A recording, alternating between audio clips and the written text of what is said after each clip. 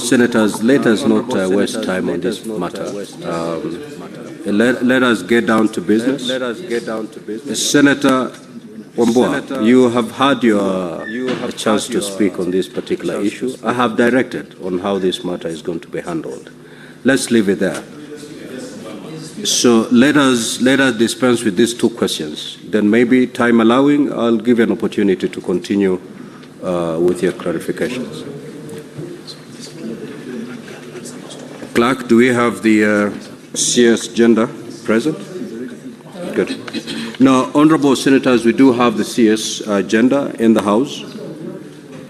Senator Mundegi, you do not exchange directly with your colleague. If you have any issue, you know exactly what to do.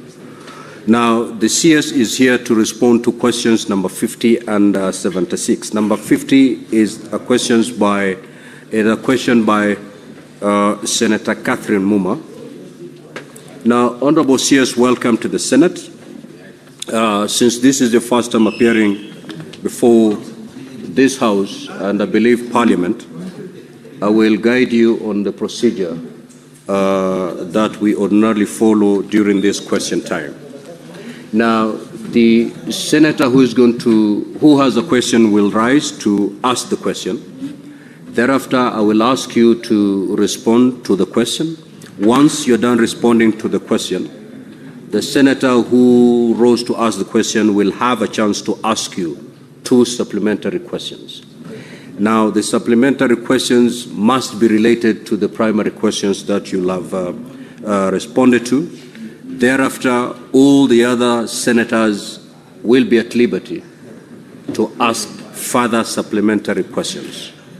I will be guiding you when I feel that a question that has been asked by a senator is not a supplementary question. I'll be guiding you on whether you're in a position to respond to it. If you're not in a position to respond to it because you're not prepared and it's not related to the primary question, that you will not be under any obligation to respond to it now.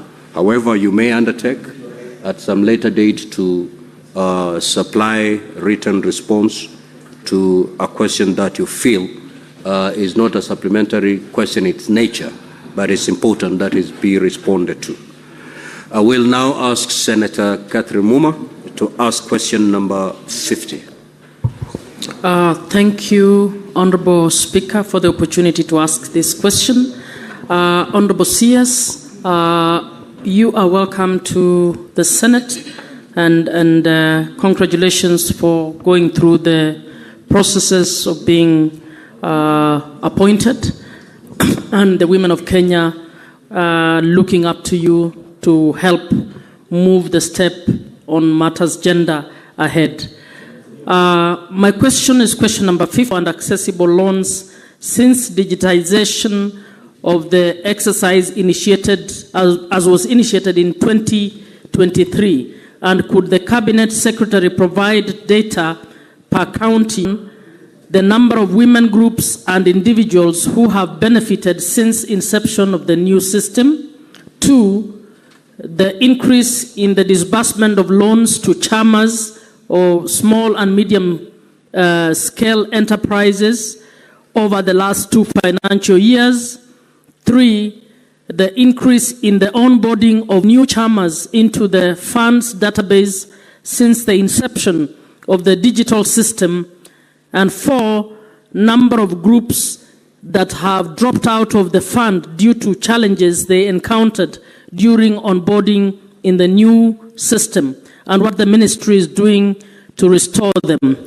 B, what measures is the ministry taking to address concerns regarding the punitive decision of scrapping credit scores for groups that had built their credit scores over the years dating back to long before the digitization of the fund?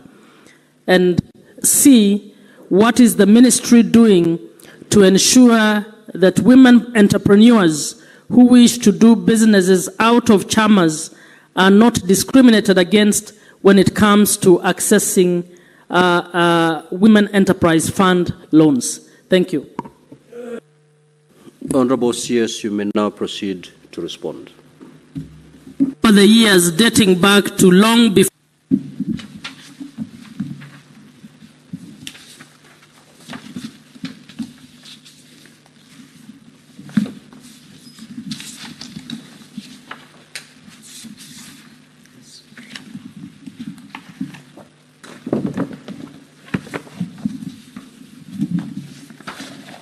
Thank you, Mr. Speaker, sir. I'll go straight to answering the question. The question has been asked, and so, Honorable Speaker, I will respond to question A. Honorable Speaker, the fund changed its lending business model to digital from January 2023, following a presidential directive. The digital loan system went live on 1st January 2023, allowing women groups to opt into on *254# without a requirement of pre-funding criteria, except to having a Safaricom line. The initial phase was pilot, which ran till 16 September 2023. Then it was halted due to unprecedented loan default rate. Through this model, the fund had disbursed Kenya shillings 941,901,105 Kenya shillings to 18,955 women groups. And I shall be inviting the House to look at Annexure 1, which has the data. The data on the annexure puts together all the counties, the digital loans given as per the counties, the groups, the amount, and the loan balance. And if you look at that, the groups are 18,955, the amount is 941,705,755. The loan balance, as at September 2024, is 695,672,783. It is detailed as per the county, and you can see the groups and how much was given and how much has been paid back, and the balance thereof. Number 2, or bullet 2, on that question is increase in the disbursement of loans to CHAMAs, small and medium-scale enterprises, SMSEs, over the last 2 financial years. Honorable Speaker, following the digital lending challenges experienced, the Fund's Advisory Board, through the Cabinet Secretary, made a formal request to revert back to manual lending. His Excellency the President, through a communication from the Head of Public Service, reference SHGM Volume 1, dated 17 September 2024, granted the approval to revert back to manual lending through bankers' RIAM system. Since the resumption of the lending, the fund has disbursed 457,400,000 to 1,180 groups, benefiting 12,538 members under the revised Constituency Women Enterprise Scheme, CWES, lending channel C Annexure 2.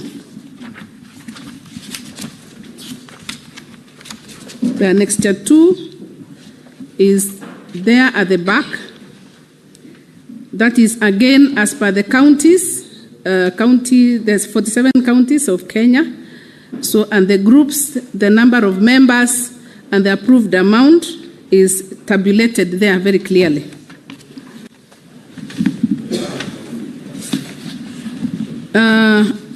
Number 3, in answering your question, Honorable Member, increase in the onboarding of new CHAMAs into the fund's database since the inception of the digital system. Honorable Speaker, the digital lending product was halted barely 3 months after rollout, hence not much data was collected to facilitate onboarding growth analysis. 4. Number of groups that have dropped out of the fund due to the challenges they encountered during the onboarding into the new system and what the ministry is doing to restore them. Honorable Speaker, the fund had lent to 136,499 groups since inception, but only 18,955 had borrowed under the digital loan product. For the three, the product was on amounts. For the three was on the offer. Presumably, the rest of 1,117,544 groups had opted out due to the limiting loan amounts and shorter repayment period. However, upon reversion to the manual lending model, all groups with good repayment history have been able to express their interest in borrowing, resulting to disbursement of Kenya shillings 457,400,000 to 1,180 groups in the last 4 months. So the measures that the ministry is taking to address the concerns punitive decision of scrapping the credit scores. In answering that question, Honourable Member and Speaker, following the reversion to the manual lending model in December 2024, the fund has acknowledged the valid concerns raised by long-standing women groups regarding the loss of credit history and scores built over several years, particularly prior to the digitization phase. In response, the following strategic measures and policy interventions are being undertaken. 1. Restoration and integration of historical credit records. The fund has integrated historical loan performance data from digitization and digital records into the banker's RIM system. This aims to ensure that groups with strong repayment histories are recognized and rewarded through improved loan access, faster approvals, and ability to reinstate previous loan limits. 2. Reinstatement of loan graduation. The fund has reinstated the tiered lending structure, allowing groups to progress based on their historical performance. Groups that had advanced to higher cycles before the digitization of the lending are being reassessed and reinstated to their previous cycles. The third intervention is targeted vetting and fast-tracking for legacy groups. Legacy groups with established track records are being fast-tracked through manual verification, including physical vetting by credit assistants to restore their access to credit without penalization. Number 4, stakeholder communication. A structured communication and engagement strategy has been initiated to inform groups of their options. There is more sensitization at constituency and county levels on the reinstated manual lending model. Number 5, policy review. The fund has documented lessons learned from digitization and endeavors to strengthen future transitions to safeguard borrower records and institutionalize credit score protection policies moving forward. C. The question is, what is the ministry doing to ensure that women entrepreneurs who wish to do business outside of chamas are not discriminated against when it comes to accessing web loans? Honourable Speaker, the fund is aware that not all women prefer or are able to operate within the group chama structures and is taking deliberate steps to expand financial inclusion by creating more flexible, individualized access products. The following measures are being implemented. 1. Introduction of individual loan products. The ministry, through Women Enterprise Fund, has developed individual loan products tailored to meet the needs of women entrepreneurs who operate outside group Chama models. These products will consider business registration or proof of income instead of group guarantees, scalable limits based on individual payment capacity, and customized training and financial literacy support. The products have been approved in the credit policy and will be rolled out progressively in the next financial year, subject to availability of funds.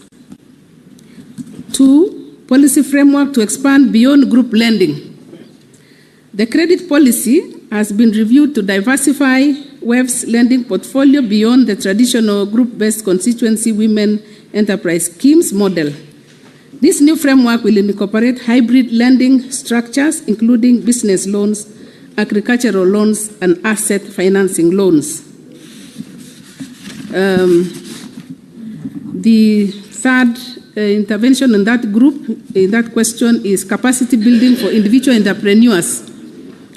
The fund is expanding its training programs to cover individual women business owners.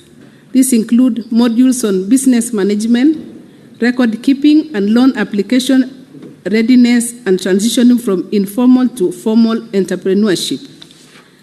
Strategic partnership with financial institutions. Women Enterprise Fund is engaging banks, savings and credit organization circles to co-design individual credit products that are accessible, affordable, and scalable for women. This partnership also allows for shared risk and improved loan management infrastructure.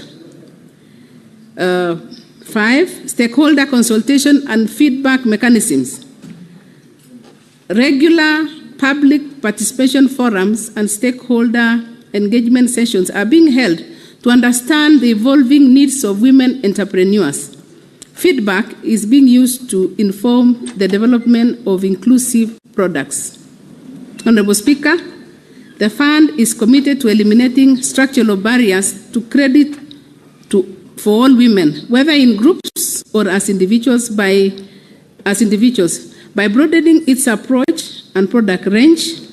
Women Enterprise Fund is transforming into a more inclusive and responsive fund aligned with the diverse realities of Kenyan women entrepreneurs. Honorable Speaker, so that is the response to that question number 050, and as guided by your, I'm now seeking your guidance whether we have answered question number 50. Yes. Yes. So, Honorable CS, you may take your seat. I will now allow Senator Muma to ask 2 supplementary questions. Thank you, Honorable Speaker, and thank you, Honorable CS, for the responses.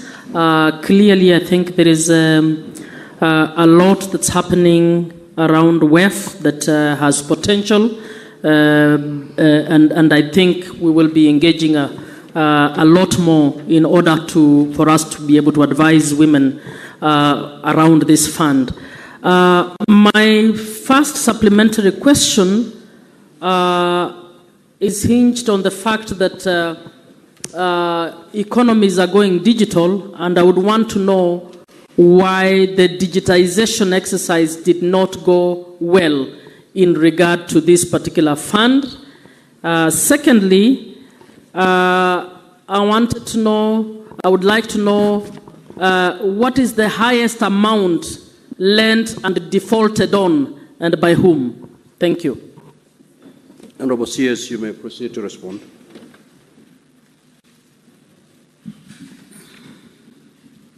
Thank you, Honorable Speaker and the member, for those 2 good questions, which informs exactly where we are and the challenges that we were faced. On the first question of why digitalization did not go well, is because of the system, the way it was put. The amount that was being borrowed through the manual lending was a lot. It was 750,000. But when it went digital, it was 50,000, and most members or women did not embrace that. And also the follow-up, because of this, you borrow and there was no way of tracking the repayment of that money. The second question is, which group has the highest amount? From the data that we have, there is a group that is called Pamoja Women Development Program. The amount which was disbursed is a total of 40 million. On 12th of February 2009, they were given 20 million. And on 13th of December 2009, they were given another 20 million. From the data that we have, is that amount is still outstanding. They went to court, and this matter is coming up tomorrow. That is the 3rd of May, and when we shall know the verdict. However, at this point, I would like to usher in the CEO of WEB so that we can get final details as to who are these people. It is important that it is disclosed. Honorable CS, we, under our standing orders, we can only, your people, your officers, your staff can only communicate through you. You are the only person who can interact with the Senate. So if there's any information you want to share, you can get it from your CEO and make it available to us. But your staff may not have audience before the House. Thank you, Honorable Speaker. I'm guided. I'll be able to mention the security that is held by Women Enterprise Fund. We have the security held by Moses Karanja Tutha and Isaac Kitau Kamau. And since this is a matter that is before court, we may then wait to get the verdict from court, then thereafter we shall communicate the details. We will be willing. Very well, Honorable CS. I will now call Senator Wambua to proceed to ask his supplementary question. Senator. Thank you, Mr. Speaker. Mr. Speaker, mine would really not be a question. I just want to make a comment on the response that the CS has brought. First, to begin by congratulating her that, Mr. Speaker, this is a maiden appearance in this House, and truth be told, from where I sit, Mr. Speaker, she has done well for her first appearance in terms of the detail of the question that she has brought to the House. What is the point of order, Senator Boni? Mr. Speaker, on the point of relevance, is this question time or time to make comments? The Senator of Kitui has clearly said he has no question, he has a comment. Can he allow members with questions to ask questions, Mr. Speaker? Understanding order number 1, I will allow him to proceed.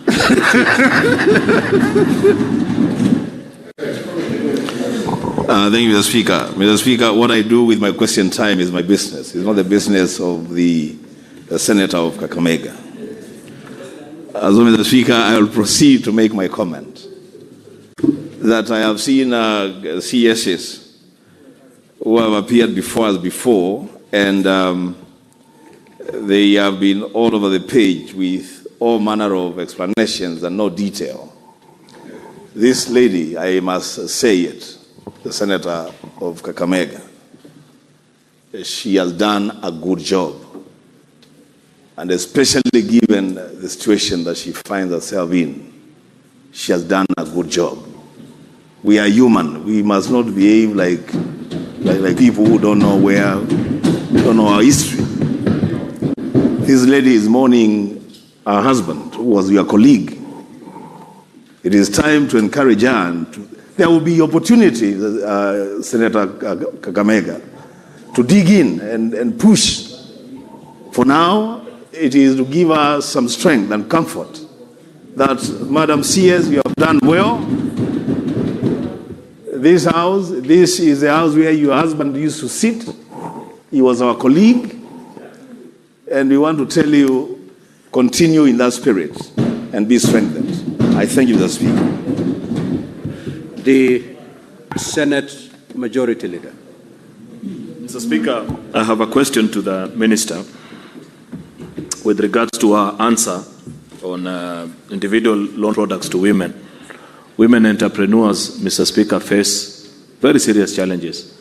And women have to overcome more barriers than us men in terms of access to opportunities. I have seen in the Minister's response that this individual loan product that she talked about has been approved by the Women Enterprise Fund Credit Policy Committee, which is a good step. She has further told the House, Mr. Speaker, in her response, that this product will now be available in the next financial year, subject to the availability of funds. It will be important for us to tell the House how much they have requested from the budget that is presently before the National Assembly, Mr. Speaker, for us to know. Secondly, apart from the work that they do at the national level, is there any intention to collaborate the efforts of Women Enterprise Fund and our county governments to capacity build for our counties to ensure that I see many counties try to run enterprise programs for young people and for women. Given that Women Enterprise Fund has been the model institution in the country, and they have learned over the years how to do this better, what is at stake in terms of planning collaboration with our county governments? Lastly, Mr. Speaker, if you permit me, is also to make a comment like Senator Wambua, to congratulate the CS first on her appointment, secondly on her maiden appearance before this House, and to tell her that she has done well so far, and she should keep up the good work, ensuring that she turns up to Parliament like this when she is invited, and to appreciate that so far she has given a good account of herself. I thank you, Mr. Speaker.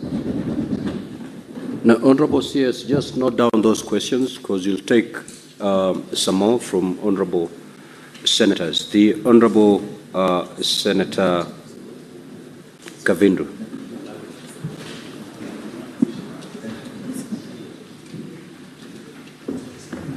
Thank you, Mr. Speaker. I want to, first of all, start by congratulating Honorable CS, the good work that she's doing, and telling her to keep it up and to be strong and help the women of this country. And I ask her what she's doing about the GBV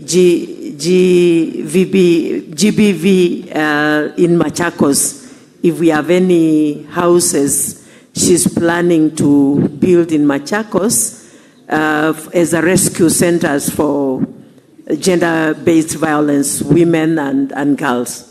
Thank you, Mr. Speaker.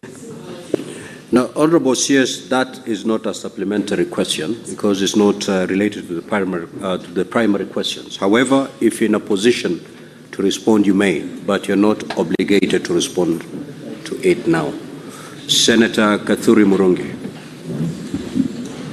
Thank you, Honorable Speaker. Honorable Speaker, I also want to really encourage the CS. Our performance is actually at 80% since this is the maiden appearance of the Senate. Honorable Speaker, I want to ask a supplementary question on the performance of the loan, Women Enterprise Fund. Performance of the loans disbursed since inception of Women Enterprise Fund to both the group loans and individual loans. And Mr. Speaker, since there has been a debate that there are so many funds out there, there is Women Enterprise Fund, Youth Enterprise Fund, Micro Small Enterprises, Authority also has money giving to the small businesses.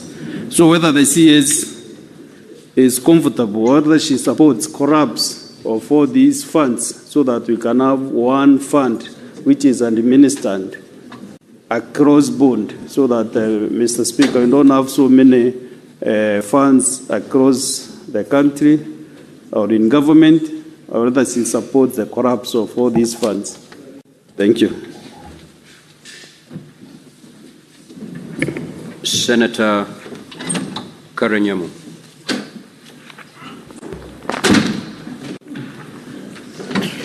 Thank you, Mr. Speaker.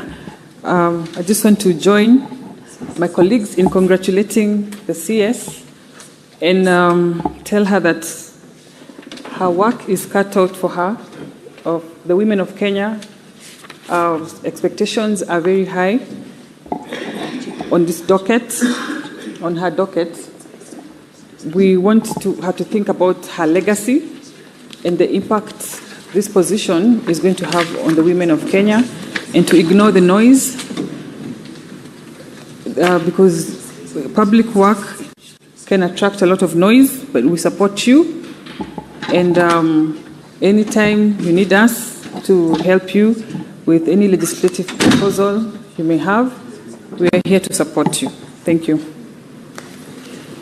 Senator Veronica Maina. Honorable CS, welcome to the House and congratulations. I am confident that you'll be able to carry out your mandate and you make all the women proud. I have a question supplementary to the question asked by Senator Catherine Muma. In your response, you have indicated that 1,180 groups have benefited, about 12,538 members under the revised constituency women. CS, as many women have been left out of that bracket. 12,538 is almost an underwhelming number. And when you look at the women and the role they have towards the family, towards the community, they make up over 50% of our population. And we now have very many women who are heading homesteads as single parents. And we have very many women who are in very vulnerable categories. What is the ministry doing to ensure that this fund is accessible to many more women and to ensure that the requirement for security, even by the formal banking sector, when women are borrowing, those requirements are being eased off to give women access to more finance and access to more loans to be able to do business and support their livelihoods and their families' livelihoods. Senator Chute.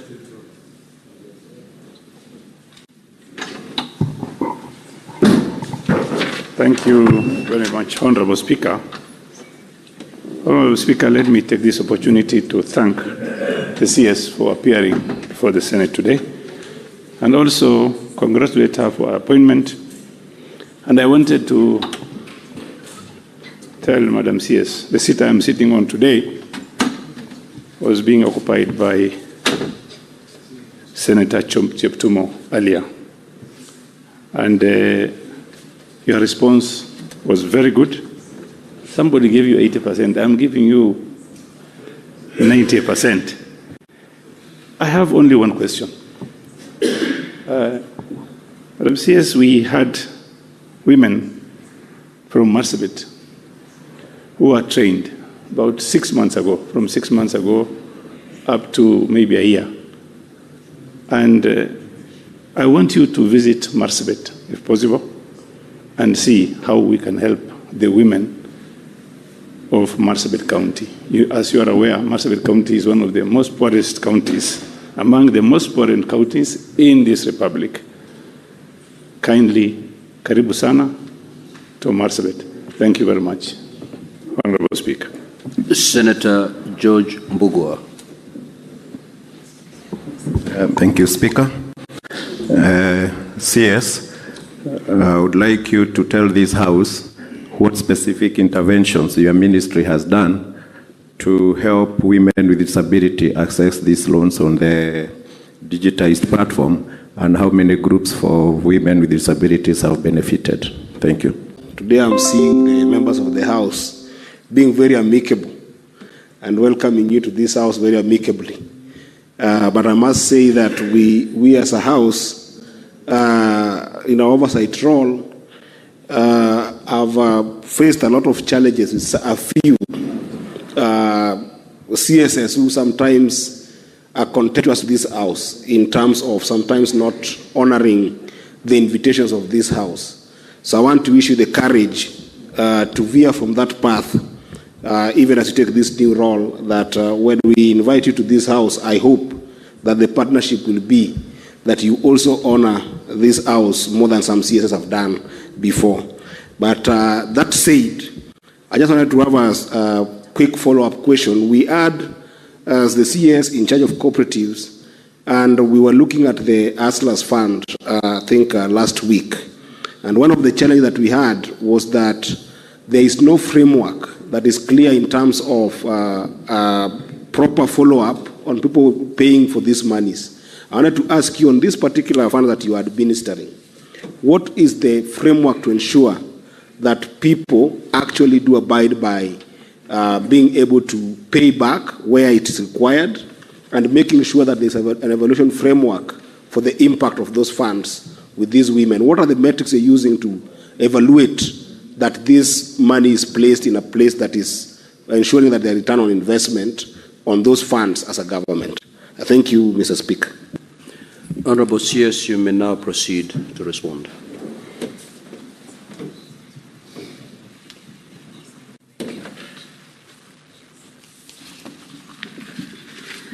Thank you very much, Speaker Sir, for those questions. I'll attempt to answer. The answers that we'll not be able to give in full, we will commit. The first question was by the majority leader on how much we have requested through the budget, has been requested through the budget process, and the figure that we have is 4.5 billion.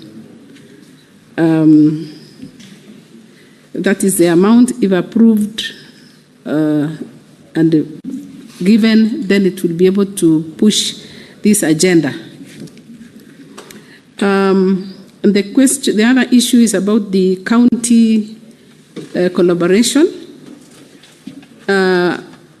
The web is trying as much as possible to deal and reach out to the county governments, because that is where majority of Kenyan populace are, and we can work very well only if we merge our issues or work together with the counties. And from the data that we have, WEB is in collaboration with Nairobi County, Uasin Gishu County, and Kilifi County. And for the other counties, we are engaging more. They are engaging more together with our help as the ministry to ensure that all those counties are also reached. The other question was by Senator Kathuri, if I got the name properly, sorry if I didn't get. The performance of, since inception, the amount of money that has been disbursed is 27 billion to over 136,000 groups.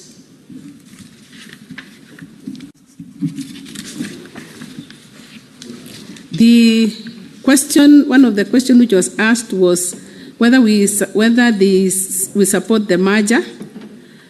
The challenge that is there with the merger is groups. Women, for example, have their special way of doing things. The other groups also have a special way. So if we merge without looking at the ripple effects, then most likely it will again go back to frustrating the efforts which have been made. And as one member said, these are the people, the women have issues and they have specialized way of meeting their needs. And therefore it would be important that we pilot first before the original objective.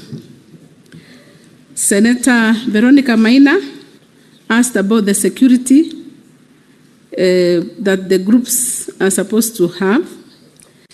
We are engaging the groups at the grassroots level, including the chiefs who know these women and they can be able to help even when we are tracking the monies that have not been paid. And actually, that is where we had a challenge when it comes to digitalization, because there wasn't a follow-up. But now the 10 members follow-up. But now the 10 members who belong to that group are known to the local administration. And that is almost the main security that we are looking at. And we have the officers who are monitoring and ensuring that we follow the repayment of that money almost on daily basis, because they are in contact. They have their records. Senator Mbugua asked the question about PWLD. We have this one. I would beg that I be allowed to get more details, because this is a group that has to be, dealt with very clearly. So I will be seeking for more clarification, although the answer that I have here is that we have a specific product, but we will design a product that will be specific. So allow me to follow up so that we get what is actually tailor-made specifically for these PWDs. On the issue of the recovery framework, the recovery framework is, they are looking at the physical visits and meetings of the individual borrowers. The group membership also guarantee themselves. And these people are being reached at the level in which they even understand the language. Because forms and these issues of borrowing are mostly in a language that sometimes may be difficult for them to interpret, but the officers who are reaching out to them are able to explain to them how they can fill those forms, how they use that money, and how they repay back. So I think those are the answers that I have. In case there is anything that we have not clarified, then we shall be seeking for more time. Senator Mazayo, what is your issue, Senator Veronica, before Senator Mazayo takes to the floor? Maybe Honorable CS can take time and even bring the answer later. What the ministry is doing to make sure the fund is reaching many more women, especially seeing that those who have benefited here are very few. That's one of the questions I asked. And then on the issue of security, it was in respect of what the ministry is doing to ensure even the formal banking sector has reduced the need for security, the securities that women do not own, like titles, heavy securities that make it difficult for women to access, had more finance from formal banking sector. What is the ministry doing to ensure that those requirements are eased for women to make it easy to access credit? Honorable Chairs, we'll take a couple of questions before you track to the stand to respond. Senator for Kilifi, Senator Mazayo. Asante mstahiki Spika kwa kunipa nafasi hii. Swali langu kwa waziri ni, kwanza nataka kupatia kongole kwa kuchaguliwa na rais kama waziri wa mambo ya jinsia, utamaduni katika nchi yetu ya Kenya. Ninao matumaini ya kwamba utafanya kazi inavyotakikana na utaweka bendera ya mume wako kama vile ilivyokuwa hapa, akifanya kazi kwa bidii na juhudi kuona kwamba amesaidia watu wake wa huko nyumbani. Swala langu mimi ni, kama wizara yako iko na hesabu au data ambayo inaweza kuonyesha usaidizi wote wa akina mama katika taifa la Kenya ambao wanaweza kufikia yale masoko ambayo yanaweza kuwasaidia katika biashara yao. Asante. Asante bwana. Senator Abbas. Thank you, Honorable Speaker. Honorable Speaker, I want to also join my colleagues to congratulate the CS and want to thank the President for recognition of her ability for appointing her as a CS. Honorable Speaker, one thing I have noted is that if we look at the amount of money that has been dispersed, it's more on the urban side. We are getting more money. You see, area like Nairobi is getting 236 million. Kiambu, 155 million. But of course, as you go far from Nairobi, even your own hometown, Baringo, there are only 10 member groups. This shows that Wajir, if you go my own town, my own county, there are only 24 groups that took 5,550,000. This shows that, people are not getting access to the credit, to the fund, because of maybe lack of security. This country, it's more of a patriarchal country where men only rule and have on the title deeds. So I'm asking the CS, what is now that the security is not there for women? What other plan do you have, your minister have, so that at least the rural woman can be able to access credit from this fund? Senator Tom Ojenda.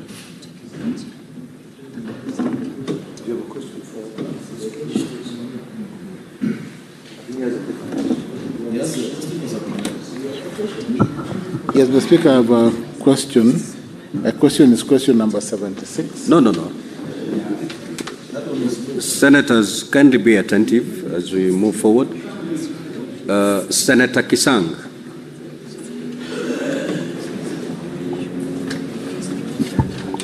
Thank you, Honorable Speaker. Honorable Speaker, I also want to join my colleagues to congratulate Anna for her appointment as the CS.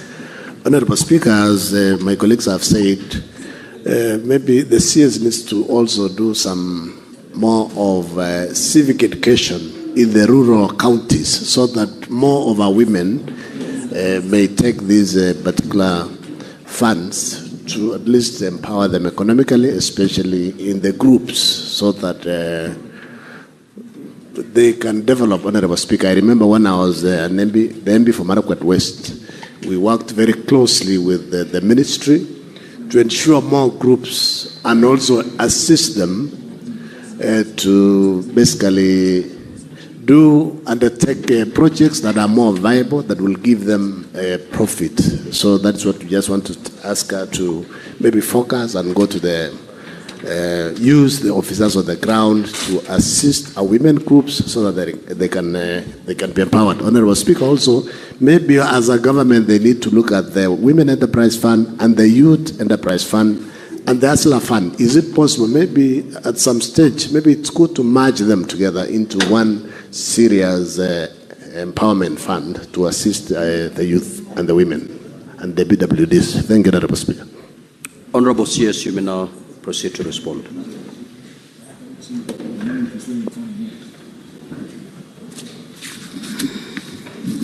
Mr. Speaker, thank you very much for again giving me a chance to clarify, especially on the questions that have been asked earlier. So Senator Veronica asked about the issue of funding. To be able to reach many women, we require the funds. And that is the challenge that is there, considering that the amount of money that had been given earlier, most of it has not been repaid back, and it was supposed to be a revolving fund. However, if subject to availability of funds, we shall be able to lend to as many groups as possible. because you just require a group of 10 members, and they don't require any security. The security is the chiefs, and then the local leadership. These are people who know each other. So there is no security that is required. Senator Marzayo, we have a department of market linkages, and we are working to ensure that our women products reach the markets. And definitely, as a ministry, we are looking at an all-government approach. So it does this Women Enterprise Fund is not working in isolation. We work with the other ministries to ensure that we make use of the already existing structures. Senator Abbas asked about the sensitization of the women. We have the fund operators who are on the ground sensitizing the women on how to access this credit. And we use all the same local administration to pass the information, because that is where these women are. So we work with them to ensure that they, in their normal meetings or in the local administration, women are sensitized on the need to borrow so that they can also access funds for purposes of running their businesses. There is also an introduction of Sharia-compliant products because of the Muslim culture. And you know them, they don't believe in interest, they believe in profits, if I'm not wrong. So we are trying to ensure that we capture all sectors. We are also intensifying information to ensure that we reach the women at the marginalized areas. So all these measures that are there is to ensure that everyone, even if it's using the vernacular stations, to ensure that they know what is happening. But mostly we have an all-government approach. We work with all the other sectors of the government to ensure that we make use of the platforms that we have to pass the information.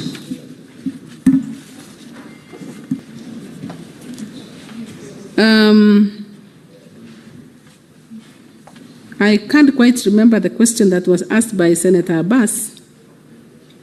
Senator Abbas, maybe you may repeat the question.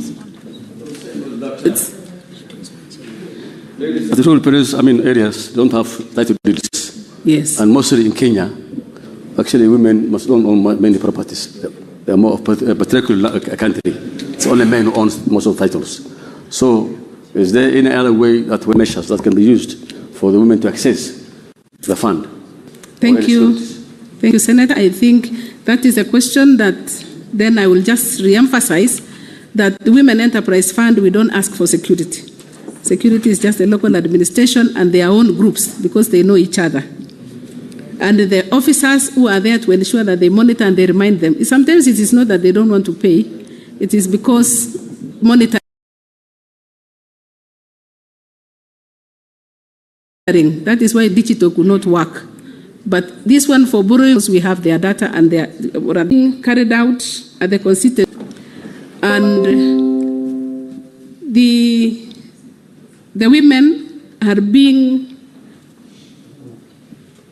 advised, or rather they are being educated through their forums, even in churches, where they meet the minimum requirement of being at least 10 members.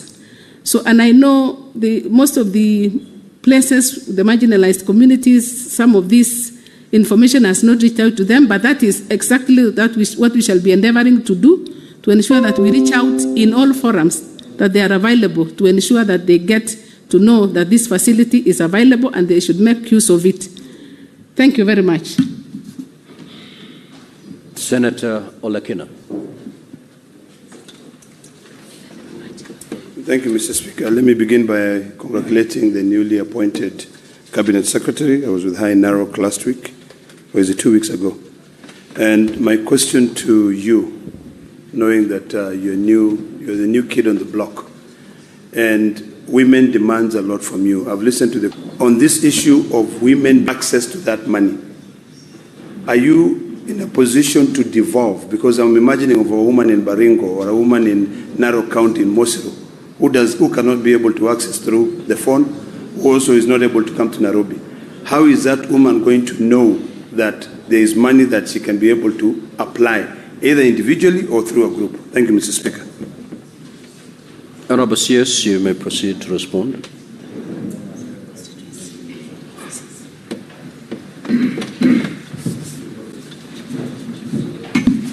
Thank you, Honourable Member, for that question.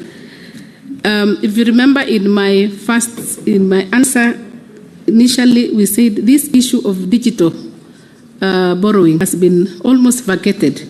Not every woman has a phone. Not everybody has a phone, by the way. So we are reverting back to manual borrowing, and that requires personnel to ensure that they go educating the members, or rather the women, on the availability of this fund. So we are using the constituency.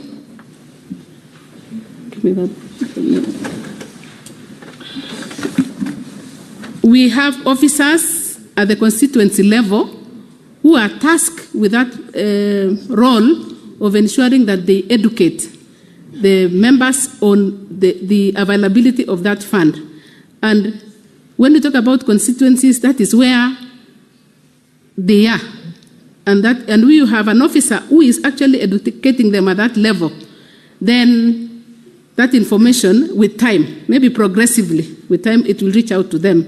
And we shall also be making a follow-up to ensure that we don't just speak, but we ensure that we also get the reports from the constituency level on how many people, how much publicity has been made to our clients then. Thank you very much.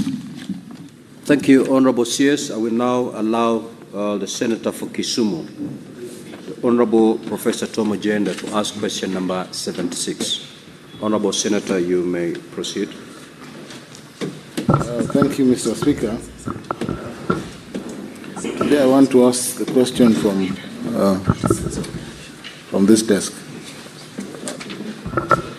Mr. Speaker, to the CS Gender, Culture and Arts and Heritage, I wish to ask question number 76. CS, what factors have been identified as the major causes of the recent surge in gender-based violence cases, including the alarming rise in femicide incidents, which reached at least 170 cases in 2024, a 79% increase compared to 2023? Part two, what institutional challenges currently hinder the effective enforcement, enforcement of GBV-related laws, and what systemic reforms are being implemented to strengthen the capacity of law enforcement agencies and the judiciary in handling gender-based violence and femicide cases? So, Speaker, part three is, could the Cabinet Secretary provide data on the prosecution and conviction rates for GBV and femicide cases in Kenya over the past 5 years, and indicate whether there are plans to establish GBV courts to expedite and sensitively handle these cases? Part D, what is the current status of the implementation of the Protection Against Domestic Violence Act and the national policy on prevention and response to gender-based violence? And could the CS provide an audit or evaluation of their effectiveness? Lastly, could the Cabinet Secretary provide a status report on the availability, accessibility, and distribution of safe shelters, psychosocial support services, and legal aid mechanisms for gender-based violence survivors across the 47 countries. Thank you, Mr. Speaker. Honorable CS, you may now respond.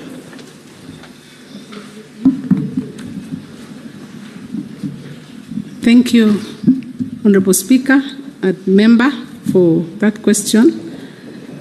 Honorable Speaker, the recent surge in gender-based violence and femicide in Kenya has escalated into a national crisis, prompting urgent calls for comprehensive action.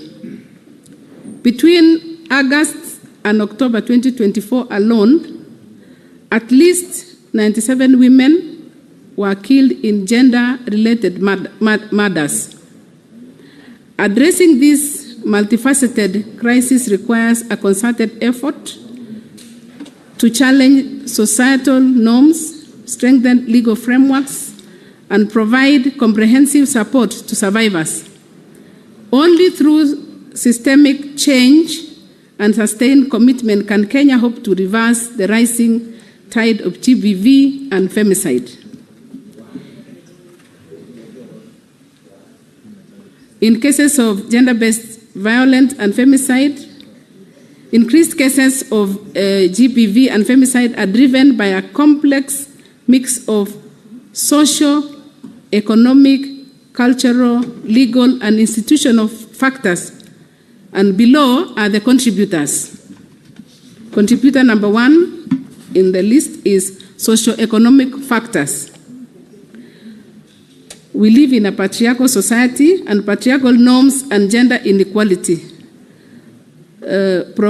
societies prioritize male dominance and control over women, often normalize violence. Harmful traditional practices such as child marriage and female genital mutilation contribute to GBV, and stigma and silence around GBV cultural taboos often prevent survivors from speaking out or seeking help. Economic factors: poverty and unemployment. Financial stress can increase household tensions, leading to violence. Women in economically dependent positions are more vulnerable.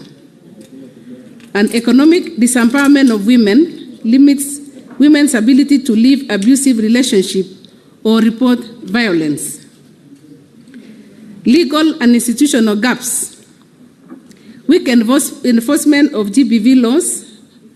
Perpetrators often go unpunished due to corruption, poor policing, or lack of evidence. Inadequate protection mechanisms, lack of shelters, limited legal aid, and psychosocial support services, which are wanting. Slow justice systems. Survivors may be discouraged from pursuing cases due to delays or traumatizing processes. Political and conflict-related factors. Insecurity and conflict. During war or political unrest, GBV is often used as a weapon or becomes more prevalent due to breakdown of laws and order and inadequate political support in some devolved units. Media technology. There is normalization of violence in the media. Exposure to violent content can desensitize audiences or perpetuate harmful gender norms. Cyberbullying and online harassment. Social media has become a new frontier for GBV, especially against women in public life. Alcohol and substance abuse. B of that question is what institutional challenges currently hinder the effective enforcement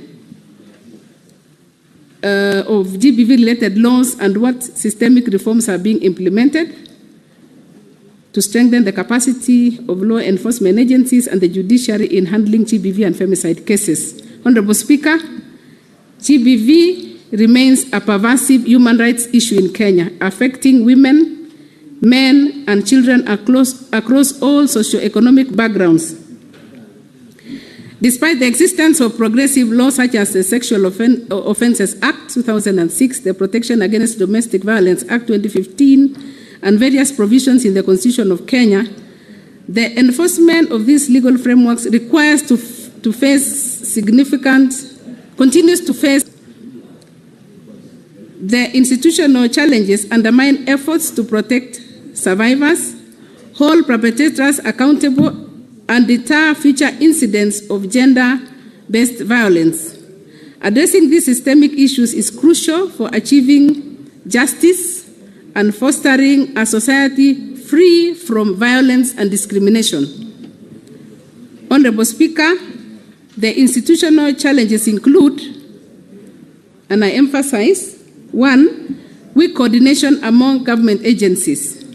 There is often a lack of coordination between key factors such as the police, judiciary, health services, and social services.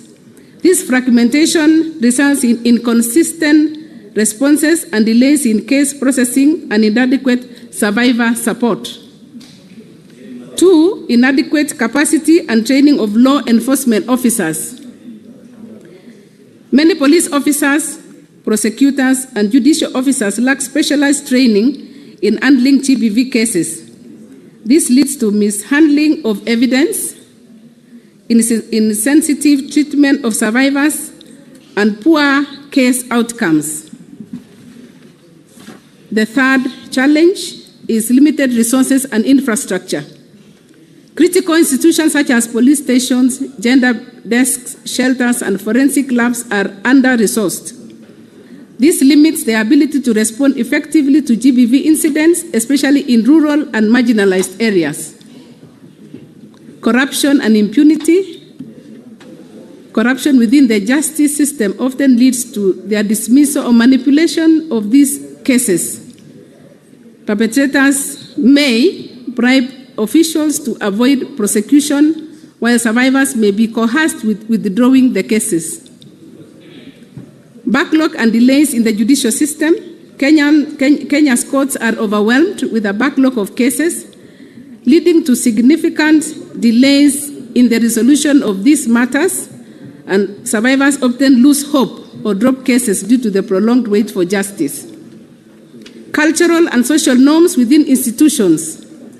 Institutional personnel may hold patriarchal or victim-blaming attitudes, which influence their willingness to act decisively on GBV cases. Such norms often result in the trivialization or dismissal of complaints. Poor data management and case tracking. There is no comprehensive centralized system for collecting and managing GBV data across institutions. This hampers evidence-based policymaking and the monitoring of enforcement effectiveness. Inadequate survivor-centered approaches. Many institutions do not prioritize the safety, dignity, and confidentiality of GBV survivors. This deters survivors from in collaboration with key stakeholders is undertaking significant systemic reforms to enhance the capacity of law enforcement agencies and the judiciary in handling femicide cases. These efforts aim to address systemic challenges and ensure justice for survivors. The establishment of specialized gender-based violence courts. In 2023, the Kenyan judiciary launched at least 5 specialized sexual and gender-based violence special courts in regions including Shanzu, Siaya, Kisumu, Kibera, and Makadara. These courts are designed to expedite GBV cases, reduce case backlogs, and provide survivor-centered justice. Currently, Kenya has 12 specialized courts for victims of GBV. Formation of a presidential working group on femicide. In December 2024, the Kenyan cabinet approved the formation of a multi-sectoral presidential working group tasked with developing a comprehensive approach to address the increasing GBV cases, including femicide. This group, comprising religious leaders, parents, schools, security agencies, and civil society organizations is mandated to identify legal and enforcement gaps and deliver actionable recommendations within 90 days. Specialized units within the Office of the Director of Public Prosecutions, ODPP. The ODPP has established specialized units focusing on SGBV, counter trafficking in persons, and child protection. These units are staffed with trained prosecutors who handle cases with trauma-informed approach, ensuring effective prosecution and victim support. Number 4, standard operating procedures for GBV case handling. In July 2024, the Kwale Court Users Committee unveiled the first ever SOP manual to streamline the reporting and handling of SGBV cases. The manual outlines procedures for proper reporting, meticulous evidence recording, and effective prosecution, aiming to ensure victims receive prompt and effective justice. Police reforms and capacity building. The National Police Service has recommended several reforms, including digitalization of P3 forms and post-rape forms, integration of GBV information management system, and establishment of specialized GBV response units at all police stations. These measures aim to enhance the efficiency and for professionalism of police responses to GBV measures to GBV cases. International support and training. UN Women has been instrumental in training over 600 officers across Kenya's National Police Service and National Transport and Safety Authority. This program focuses on recognizing signs of potential femicide and promoting a victim-centered approach to law enforcement. These reforms represent a concerted effort by the Kenya government and its partners to strengthen institutional capacities and ensure timely justice for survivors and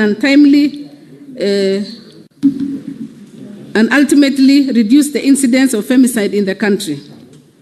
Reduce or stop completely. C, the question then was, could the government cabinet secretary provide data on the prosecution? And I would invite you to see Annexure 3. There is an Annexure 3 at the back.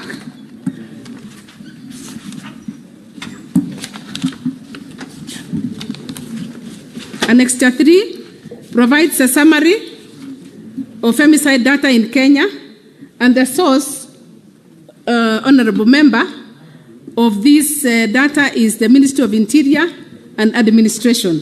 So I'll invite you to see that data, which clearly gives the summary. Madam CS, just a minute. I've been approached by the owner of this question, Professor Tom Ojenda, and he has received the response. He has gone through the response. It's so lengthy, and he feels satisfied. So I wanted us to save time because the senior counsel is up, a senator for Kisumu. It's the property of those, but first of all, if the member is satisfied, and if you have supplementary question, because you know the reason why this document is circulated is for the senators to engage with this document. So, yes, Senator Tom Ojenda, just have a seat. I do some. Unlike my Senator Chirargei, I'm a gender-based violence expert, and I'm happy with the response. I read a lot. So I read a response, and I'm satisfied that CS Cheptumo has done a comprehensive response to the question, and I'm happy. Unlike Mr. Chirargei here, who really reads. Senator Chelagei. No, Senator, just a minute, Senator Chelagei. You know this behavior of exchanging between the hierarchies. Personally, I would never accept that. While presiding in this house, I will never accept those exchanges. So you finish. You should wait for him to finish, the senator for Kisumu, and then you can also make your point of honor or whatever else you wanted to say. Because you have actually interrupted him, whatever he was saying. So, Senator Tom Ojenda, did you conclude? Okay. What is it? What is it, Senator Chalagay?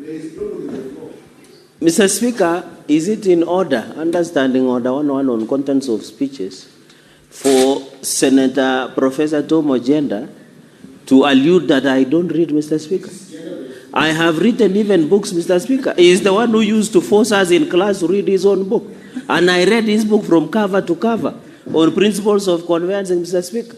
Is he in order? He should withdraw and apologize. Because I am known to be an avid reader and he can visit my private library after this. It is quite out of honor to ask your lecturer, your teacher, professor of law to apologize to you. We are equal, Mr. Speaker, before at this House of Union, Mr. Speaker. No, let me first clear this. So, Madam CS, if there is anything you feel you want to, maybe to, as you summarize your presentation, if there is anything that you feel you want to insist, Senator Veronica, now, who is now really communicating in this House? Is it Senator Veronica or the chair?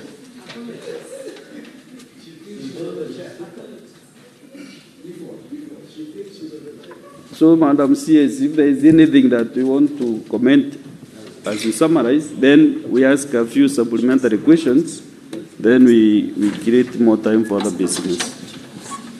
If nothing, you have nothing, then we engage the supplementary questions. Thank you, Mr. Speaker, sir, for giving me an opportunity to just make some recommendations for consideration.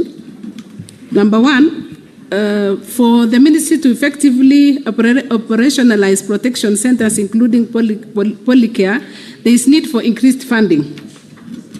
Currently, the protection of against domestic violence is in progress, spearheaded by Kenya Law Reform, supported by Attorney General's Office.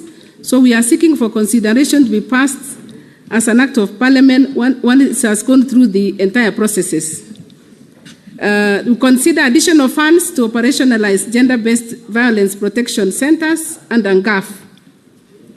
The gender-related targets to be part of performance contracting, including gender targets in performance,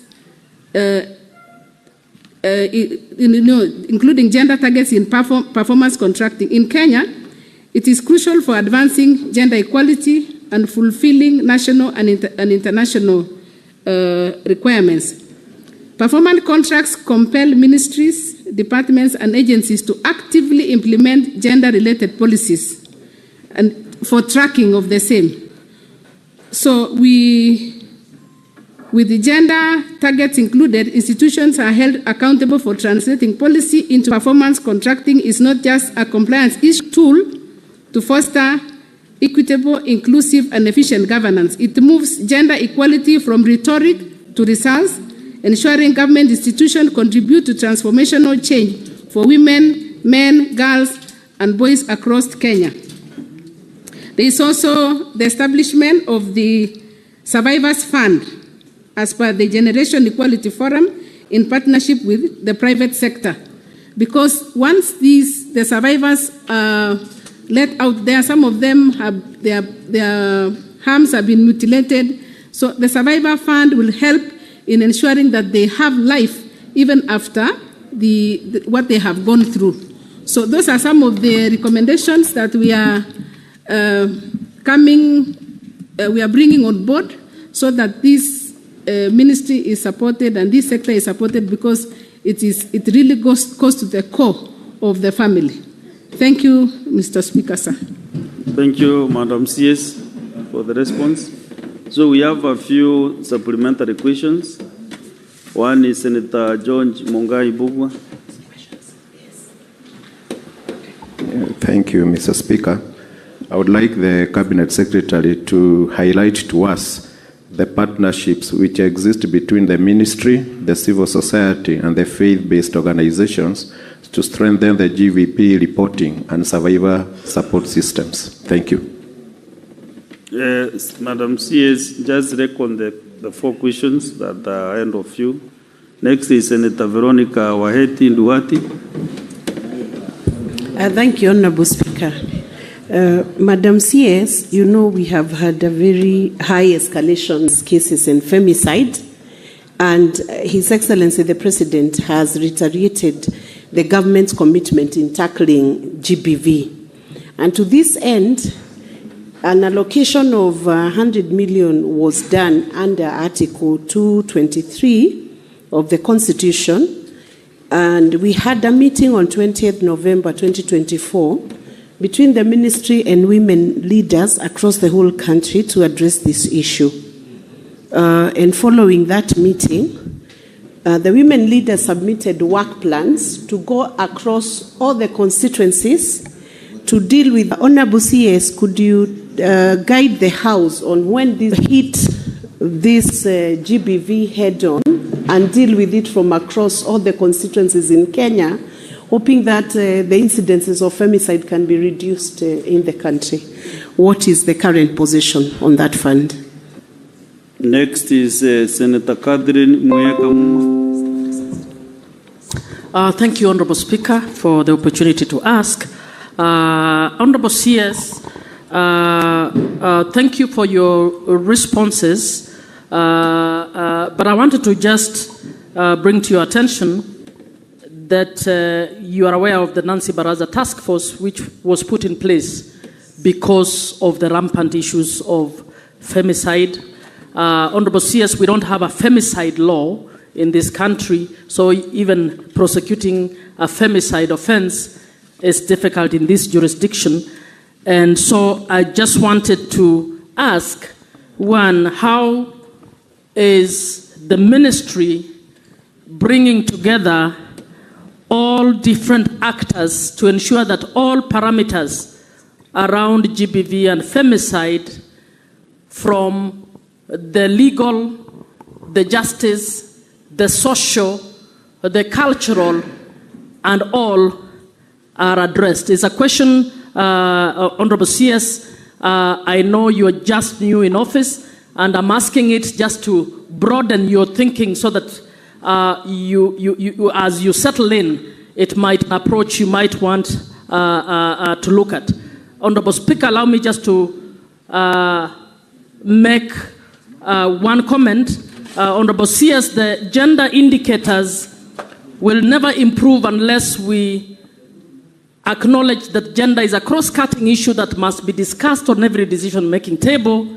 It needs to be discussed in the Ministry of Interior, Ministry of Health, Ministry of Water, and everywhere. So greater collaboration by your ministry and coordination is what will help us move forward. So my question then would be, how will you get this collaboration with the key stakeholders in order for us to reduce the instances of GBV and femicide? That was the last question. Madam CS, you can answer the 3 questions. Thank you very much, Honorable Speaker. I'll first take the question by Senator Mungai. Yes, on the issue of the partnerships. So we have the gender sector working groups, which work together with us very closely to ensure that we have solutions to these issues which are very prevalent. We also have gender officers at the counties. At every county, there is a gender officer who are collecting the data, and they report back to us. Then we can be able to, that is why we are able to identify where are these hotspots and what is it that is causing this prevalence or the surges of these gender-based violence matters. About the 100 million amount, this is a matter that we would need to seek clarification or to make a follow-up on how it should, or when it should be disbursed, so that it can go for the purpose for which it was meant. So you allow us to follow up and then be able to report back or ensure that it is disbursed. We don't have to wait until we come back here. If we can have it rolled down, then the better. That is one of the things that I'll be following up on, and I'm aware about it. On the issue, Professor Muma, about the task force, the task force is still collecting the information, and once they come up with the report, we shall be able to receive and implement as fast as possible, because this is a task force that is going around the country and they are receiving information as to why all of a sudden these femicide cases are on the rise. The femicide law, as we speak, is not a law in itself. It is in the penal code, and it is being considered as murder. So let's wait and see what comes out of the data, and then we'll be able to work together with all the groups, the judiciary, and all the groups. We shall be able to see the recommendation and ensure that these femicide cases come to an end. Again, on the issue of the gender indicators and the collaboration by all the sectors, this is something that we have to really go out of our way, because gender is in every sector. Gender is in agriculture, gender is in all departments, in all ministries. So as the lead ministry, we shall be reaching out to all the sectors to ensure that the gender issue is addressed at every level, so that it is not left to just a unit, it's not left to just a ministry. It is supposed to be cross-cutting, so that we can be able to reach as many people as possible and be able to finish this thing that is actually becoming a snare in our country. Thank you, Mr. Speaker, sir. Madam CS, I want to really appreciate you coming to the Senate, and you have handled the questions from the senators. So if there are any commitments of made, you'll be able to communicate through the relevant committee or the clerk of the Senate to answer those issues that you are not able to expressly be able to answer. So I want to thank you very much. I want to release you now to go and serve Kenyans. That is the end of the session. Members are happy with your response, and we have finished that session. Unless if you want to sit around, I can see you are really enjoying the Senate. If you want to sit around, you can sit and wait. No, maybe just to say thank you very much for listening to me. Yes, it is true, it was my first time, but thank you very much for the contributions. We will definitely work on the recommendations which have been made. And of course, you know you are senator by default. Definitely. Thank you very much. Yes. So thank you very much indeed. So clerk, go to the next order.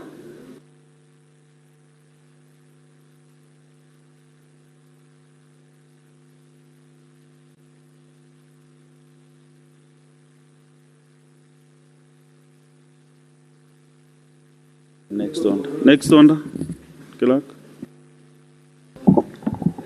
Order number 8, the Division of Revenue Bill, National Assembly Bills number 10 of 2025, second reading. Resumption of debate interrupted on Tuesday, 20th May 2025.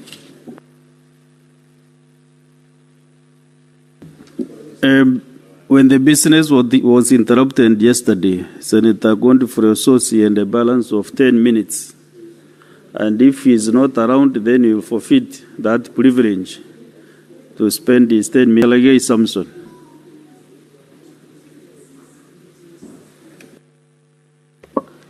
Thank you, Mr. Speaker, sir. This one of the the reason Senate exists, Mr. Speaker, is on this division of Revenue Bill 2025 that is a precursor of financial year 2025-2026. Mr. Speaker, that at this time we are discussing the division of revenue as per Article 210, Mr. Speaker, where at least 15% should go of the latest audited accounts. Mr. Speaker, I want to join my colleagues that National Assembly should move with speed, because it doesn't make sense, Mr. Speaker, that now, Mr. Speaker, we are having a budget that is 4 trillion Kenyan shillings, Mr. Speaker, yet the proposal is to give counties 405 billion, Mr. Speaker. I want to ask the National Assembly to fast-track and ensure that the latest audited account is within even less than one financial year, Mr. Speaker. Therefore, so that counties, and we are proposed, and the nation should follow this, Mr. Speaker, that we are proposing that counties must get at least 465 billion. I expect that as we go to mediation, the position of the Senate should and must stand to get sure that the counties get 465 billion, up from 370 billion that was in financial year 24-25, Mr. Speaker. So that counties, Mr. Speaker, there are many things that counties should do. There are many money that counties should get, Mr. Speaker, so that we can see service delivery, Mr. Speaker. I heard yesterday during the ISPAC meeting in Mombasa, the argument of National Assembly Chairperson on Finance and Planning, say the reason counties should not get more money is because there is corruption.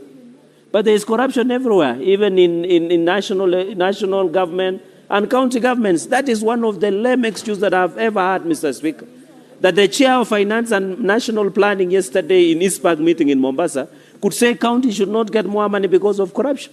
And you had the majority leader yesterday said corruption is everywhere. You cannot, Mr. Speaker, they say before you kill a dog, you give it a bad name. And that is what National Assembly are trying to do our country. In fact, my proposal, and I want to agree with Prime Minister Raila Odinga, that all funds should go to only two offices, the National Executive and the Governor. And I want to ask members of National Assembly, if you want to manage funds, run for only two seats, the Governor or the President. The Constitution is very clear, Article 94 and 96, that the work of Parliament is legislation, oversight, budget-making process, representation. And there is reason why the 2010 Constitution ensure that Parliament should do that job, because you cannot oversight yourself. As they say in Kiswahili, and quote unquote, Mr. Speaker, muganga ajigangi. And that is the essence, that the National Assembly should oversight National Executive, the Senate and the County Assembly should oversight the governors, Mr. Speaker. So I don't see any reason, Mr. Speaker, that National Assembly is arguing that since there is corruption in counties, but we have ethics and anti-corruption. You have seen the governor of Trans Nzoia has been arrested and arraigned before court of law. You saw the other day that the former governor of Busia was taken to anti-corruption case of 8 million Kenyan shillings, Mr. Speaker. We have a number of governors that are facing corruption allegation cases in court that are being prosecuted by DPP and EACC. We cannot allow, Mr. Speaker, that somebody wants to kill devolution so that they can have the money at the center. In fact, my prayer, Mr. Speaker, is going into the future, Mr. Speaker, that we must agree that let us devolve so much money and resources to counties until no one cares who is the president of Kenya. That is my dream. Say that when you are in Meru, your people are satisfied and you have your resources at Meru County, you divide. When you are in Garissa, Mr. Speaker, and I was disappointed, Mr. Speaker, over the weekend, that the county government of Garissa, led by a governor, decided to do a cultural festivals, yet the city does not have water or even clean toilet, Mr. Speaker. So it's very unfortunate, Mr. Speaker, that even, Mr. Speaker, even like they have not even completed a core Baraki Malamin 56 kilometer of water that connects the town that was worth, Mr. Speaker, 219 million. But they are doing cultural festival in Garissa, Mr. Speaker.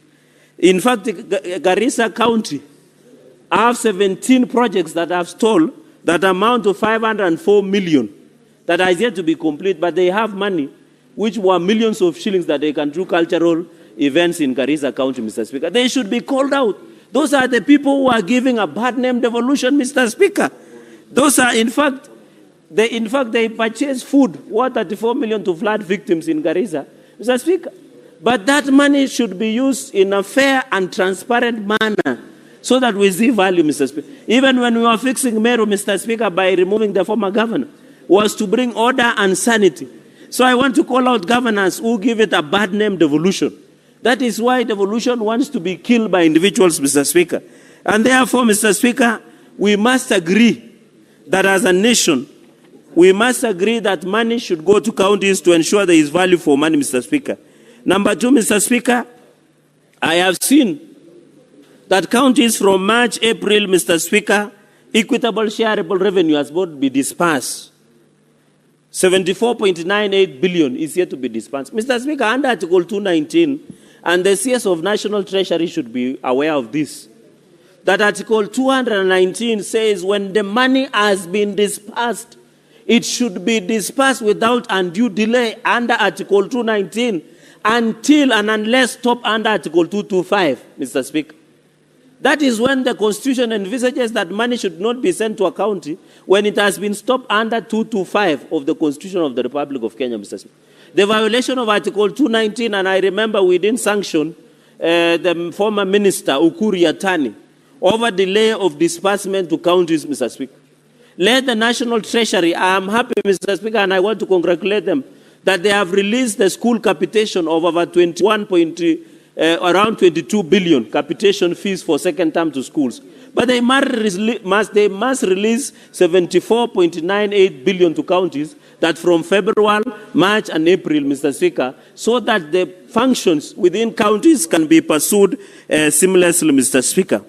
And therefore, apart from corruption and prudent expenditure by counties, Mr. Speaker, we must agree as a nation. And I would have expected an opposition as the Senate, and I hope as we go to mediation and members of Finance and Budget are here, we must agree, Mr. Speaker, that our position as the Senate, we must push for 465 billion Kenyan shillings, Mr. Speaker. Number four, Mr. Speaker, is on concurrent functions. Mr. Speaker, we need to have clarity on community health programs, CHVs, Mr. Speaker. Because when you move under our county, CHVs have not been paid, Mr. Speaker. There is another, Mr. Speaker, the issue of UHC, universal health coverage. Mr. Speaker, I hope you have seen whenever you are driving into Parliament, the UHC staff are always demonstrating, Mr. Speaker. You have even directed from your seat that we received their petition, Mr. Speaker. These are the people when soldiers were hiding in barracks, when big men and women wielding power are hiding because of COVID. It is only these heroines and heroes of Kenya that confronted the fight against COVID-19, Mr. Speaker. It is sad today that the country does not see value of UHC staff, Mr. Speaker. And even Council of Governors, the other day they say they don't have a budget, Mr. Speaker. They were arguing that they gave us a pet to take it home, but it turned into a skunk, Mr. Speaker. Or they gave us a skunk to take it home and turn into a pet, Mr. Speaker. We must agree, and I want to challenge National Assembly, that under the conditional grant, at least we should give 2 billion as a ring fence for, but they must first be given, Mr. Speaker, the gratuity so that they can get value for the money, Mr. Speaker. The UHC that are demonstrating daily, we must listen to them, Mr. Speaker. And you remember the Minister of Health was here, although he said he doesn't take my counsel, but my counsel is rarely given, and it is valuable, Mr. Speaker. You remember the Cabinet Secretary Aden Duale said he cannot take advice from Cherargei, and it is on record. But I'm saying my counsel is rare but very valuable, Mr. Speaker. There is a point of information from Senator Endi Okech. To the House or be informed. Okay, yes. Ready? Mr. Speaker, my brother Senator Cherargei has just spoken about the universal health care workers. And he has said that there should be at least 2 billion allocated for them. I wanted to inform Senator Cherargei that because we share this gravity of the issue, the 2 billion cannot be enough for them because the money that we need to be able to make sure that UHCs are actually compensated properly is 3.5 billion. So I wanted to inform you that that is a very important number that we cannot go below. And most importantly, we also cut off permanent and pensionable for them. So even as we combine those two, the 2 billion is too small for them. It should be 3.5 billion and above. Senator Cherege, you are well informed. He has advantage of sitting in finance and budget member. I think 3.5 But then you billion. should ensure that money is. Yeah, in the budget. you should ensure, even as we go for mediation, our bare minimum is to ensure that 3.5 billion is ring-fenced for payment of gratuity and hiring on permanent and pensionable of UHC staff. And I'm happy, Mr. Speaker, even during permanent and pensionable, we did push under junior secondary schools, JSS, for 6,000, Mr. Speaker. Mr. Speaker, I'm coming up with a proposal to amend the PSC Act that all public service commission interns who intern with government, after 6 months, they must be transited to permanent and pensionable so that we retrain the quality of training of those staff, Mr. Speaker, and we don't pay stipend, Mr. Speaker. As we talk, even as the UHC staff demonstrate, Mr. Speaker, it is sad because in our hospitals, there are no services. Yet we have staff that had already been trained. Mr. Speaker, I want to advise Council of Governors and Ministry of Health. Let us not lose UHC staff because they have already trained, they have worked, they have experience. So the least we could do as a country, we need to appreciate the heroes and heroines of COVID-19 pandemic staff. Mr. Speaker, you remember soldiers could not come out of barracks because no one knew how to handle COVID in this country, Mr. Speaker. So that the UHC staff and CHVs, we must look at it, Mr. Speaker. The public debt, I have seen the reasoning of allocating is the public debt, which is approaching 11 trillion, Mr. Speaker. I want to call upon, and I want to challenge the Finance and Budget of National Assembly and the Senate and His Excellency the President, that why don't we do an audit of the public debt, Mr. Speaker, so that we know in these 11 trillion shillings, who do we owe and who owe us, Mr. Speaker? It cannot be that the country pays a public debt that an audit has never been done, Mr. Speaker, of around 11 trillion Kenya shillings. I want to say that one of the things that Parliament can do is to demand an audit of the entire public debt that the country is paying. Because, Mr. Speaker, we have to tax Kenyans. We have to borrow so that we can pay tax. Because in the past, Mr. Speaker, in the past regime, there was reckless and abandonment of borrowing, Mr. Speaker, that we cannot account for. Through the SGR, through the infrastructure roles, Mr. Speaker, we must demand for an audit of public debt in this country of 11 trillion Kenya shillings, Mr. Speaker.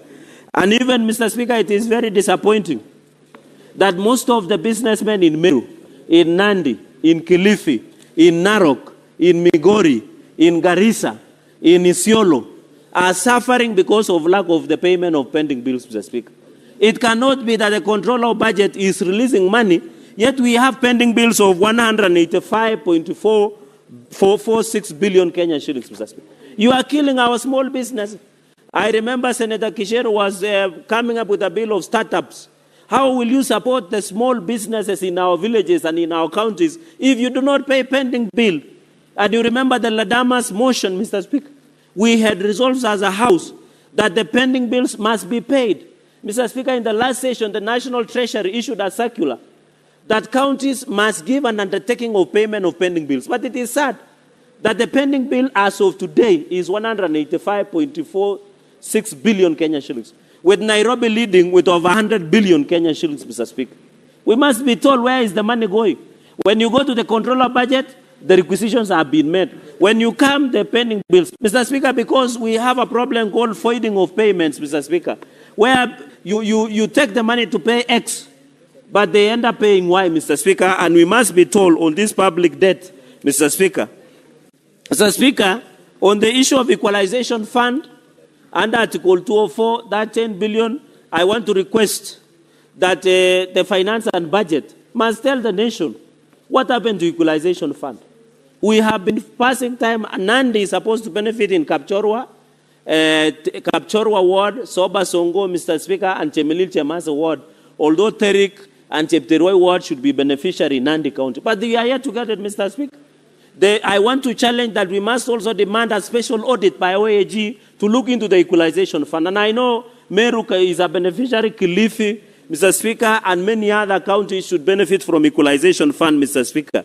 Mr. Speaker, and therefore, even finally on the 50th point is on source revenue, Mr. Speaker, we must agree. The revenue potential, for example, of Nairobi is 63 billion. But when they collect 11 billion, 13 billion, they become excited. The revenue potential of Nandi is 800 billion. But when Sang collects 200 billion, it's to celebrate. Is it a case where a chicken lays an egg and makes a lot of noise as opposed to a cow which gives a lot of milk, Mr. Speaker? We must relook at the own source revenue. For Nandi, we have multinational tea estates, land rates, land rent, among others, Mr. Speaker, so that we can ensure that we support it. But I want to challenge counties, and I want to warn governors. No governor is special. Even if you criticize the president, you are not special. We want to tell the governor of Trans Nzoia that he must be held accountable. However much he tries to politicize the issue, he must face the full wrath of the law, Mr. Speaker. And I want even to throw mind, Mr. Speaker, this country people should avoid bad manners. I want to thank Her Excellency Samia Suluhu Hassan for calling out activists who wanted to go and disrupt the peace in Tanzania. In fact, should have detained and prosecuted them because they have taught this country bad manners, Mr. Speaker. These activists, they have taught our people to insult, to undermine, to lose respect to the leadership of this country, Mr. Speaker. Tanzania is a very peaceful country. And what President Samia Suluhu Hassan said, we should respect our countries, Mr. Speaker. There is mutual respect. And I hope as the activists run around East Africa trying to meddle in the internal affairs, they must be put to stop, Mr. Speaker. Because what business would you have to go and meddle in affairs of Tanzania? What business, Mr. Speaker? These activists, and I want to ask President Samia Suluhu Hassan, Mr. Speaker, of Tanzania, to be very careful because these activists are funded by enemies of Africa who want to destabilize the unity, the peace and tranquility of most African nations, Mr. Speaker. You saw even in the last Gen Z protest, Mr. Speaker, there were allegations that international donors were financing instability, Mr. Speaker, in this country using what we call international donors, Mr. Speaker. So I want to ask the President Samia Suluhu Hassan that in the spirit of East Africa, he should assist us to discipline some of these ill-behaved activists that have continued to destabilize Kenya, Mr. Speaker. The island of peace of Tanzania must be protected, Mr. Speaker. Senator Chalagay. And our Finya Kabisa. Senator Chalagay, can you relate what you are now discussing with the division of revenue bill? Can you relate the two? Because you okay, I'm trying to relate. What I'm saying, Mr. Speaker, we need stability in Tanzania and in Kenya. Because there is balance of trade. We export and import. We get taxes. Then we build on the division of revenue, Mr. Speaker. And that is why I'm saying we should not disturb the peace and unity of Tanzania, Mr. Speaker. And ask Samia Suluhu Hassan afinya wakabisa. There's a minute. Mr. Speaker, this is a very serious flaw in this House, Mr. Speaker. Speaker, this is on 105 in the statement of facts. Mr. Speaker, is it in order for the Senator of Nandi, who is a lawyer, to actually misinform the House and misinform the public on what informs the action of deportation of Kenyans from Tanzania, Mr. Speaker? Mr. Speaker, if you look at Article 104 of the EAC Common Market Protocol of 2015, it expressly says and guarantees the freedom of movement of service, labor, and goods within the East African region. If you look at the treaty, Mr. Speaker, that was established in 1999, Mr. Speaker, it allows the tenets of democracy to actually permeate in the region entirely, Mr. Speaker. How can Senator Chalagay allow the existence of those treaties, Mr. Speaker? This is something that must be condemned and is not right and could actually lead to reciprocation by Kenyans for other members, Mr. Speaker. So is it factual that that's the tenets of our democracy, Mr. Speaker, that dictatorship in Tanzania is exclusive to our dictatorship in the country? Senator Chalagay has heard you. Let him respond. The Senator Eddie should withdraw and apologize. There is no dictatorship in Tanzania because they do elections regularly. Correct. So it is very wrong. Mr. Speaker, I wanted to answer point of order. And after. 1 minute? Yes.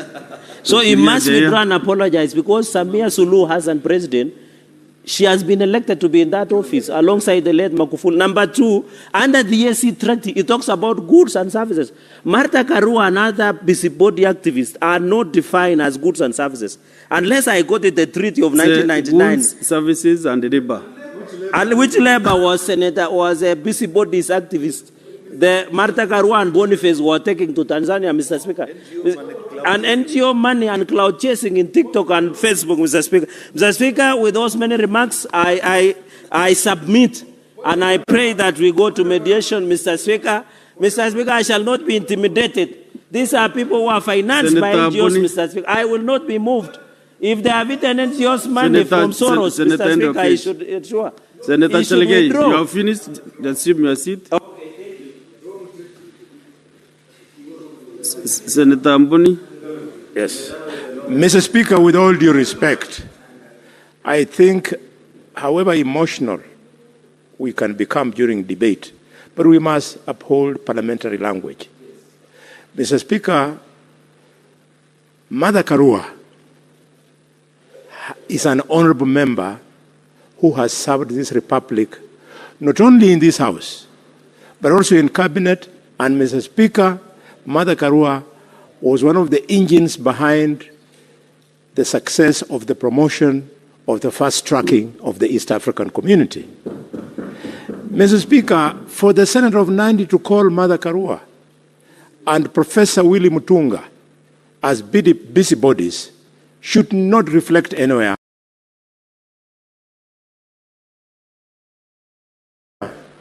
in the records of this House. You'll have so time. What is out of order, Senator Boni Karua? In fact, I'm on point of order. Because you are now also trying to do a debate. So what is your point of order? Be specific. Yes. The point of order is the Honorable Senator, in order to use unparliamentary language, and have specified calling distinguished Kenyans busybodies. Is he in order? Mr. Speaker,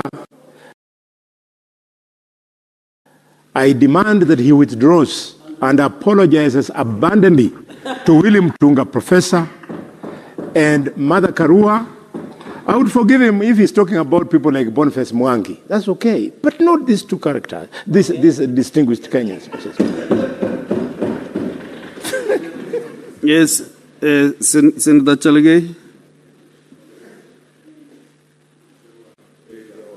Mr. Speaker, I just say busybodies. People are busy. In fact, I am better than President Samia Suluhu Hassan, who say viumbe.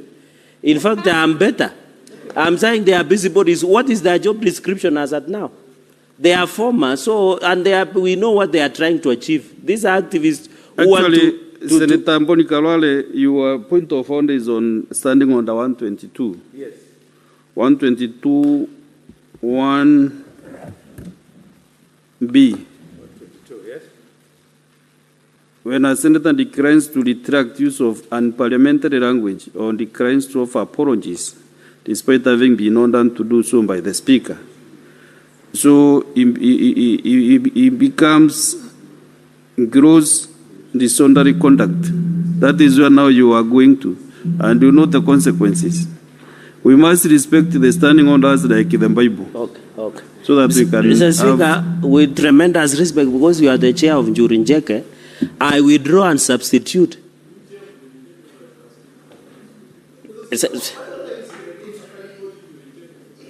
It's a respected house of decision among the Ameru community. It's a yes. Council of Elders. Council of Elders, it is recognized under the Constitution. One of them actually revamped. And I was there. In fact, when I was there with you, the Njurinjeke went into a trance as you approached to address them. So I have every right to ensure that... Mr. Speaker, I withdraw the word busybody and good for nothing individuals, Mr. Speaker. Thank you. Senator Olekina Rendamo.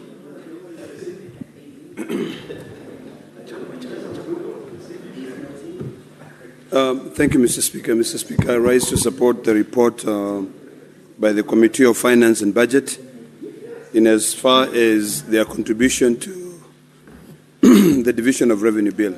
Mr. Speaker, as I seek your indulgence with my vocals, I want to remind this House that we've been here before.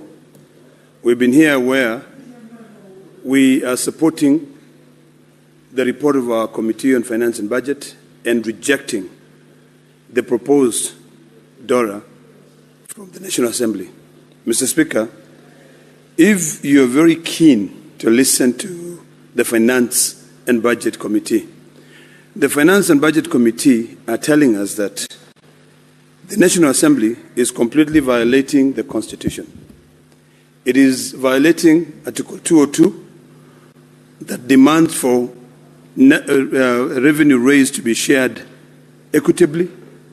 It is also violating the Constitution in the sense that they have received the audited financial statement from the Auditor General for the year 2024-2025, but they have refused to consider, meaning any funds which are being shared can never be shared equitably between the national government and the county government.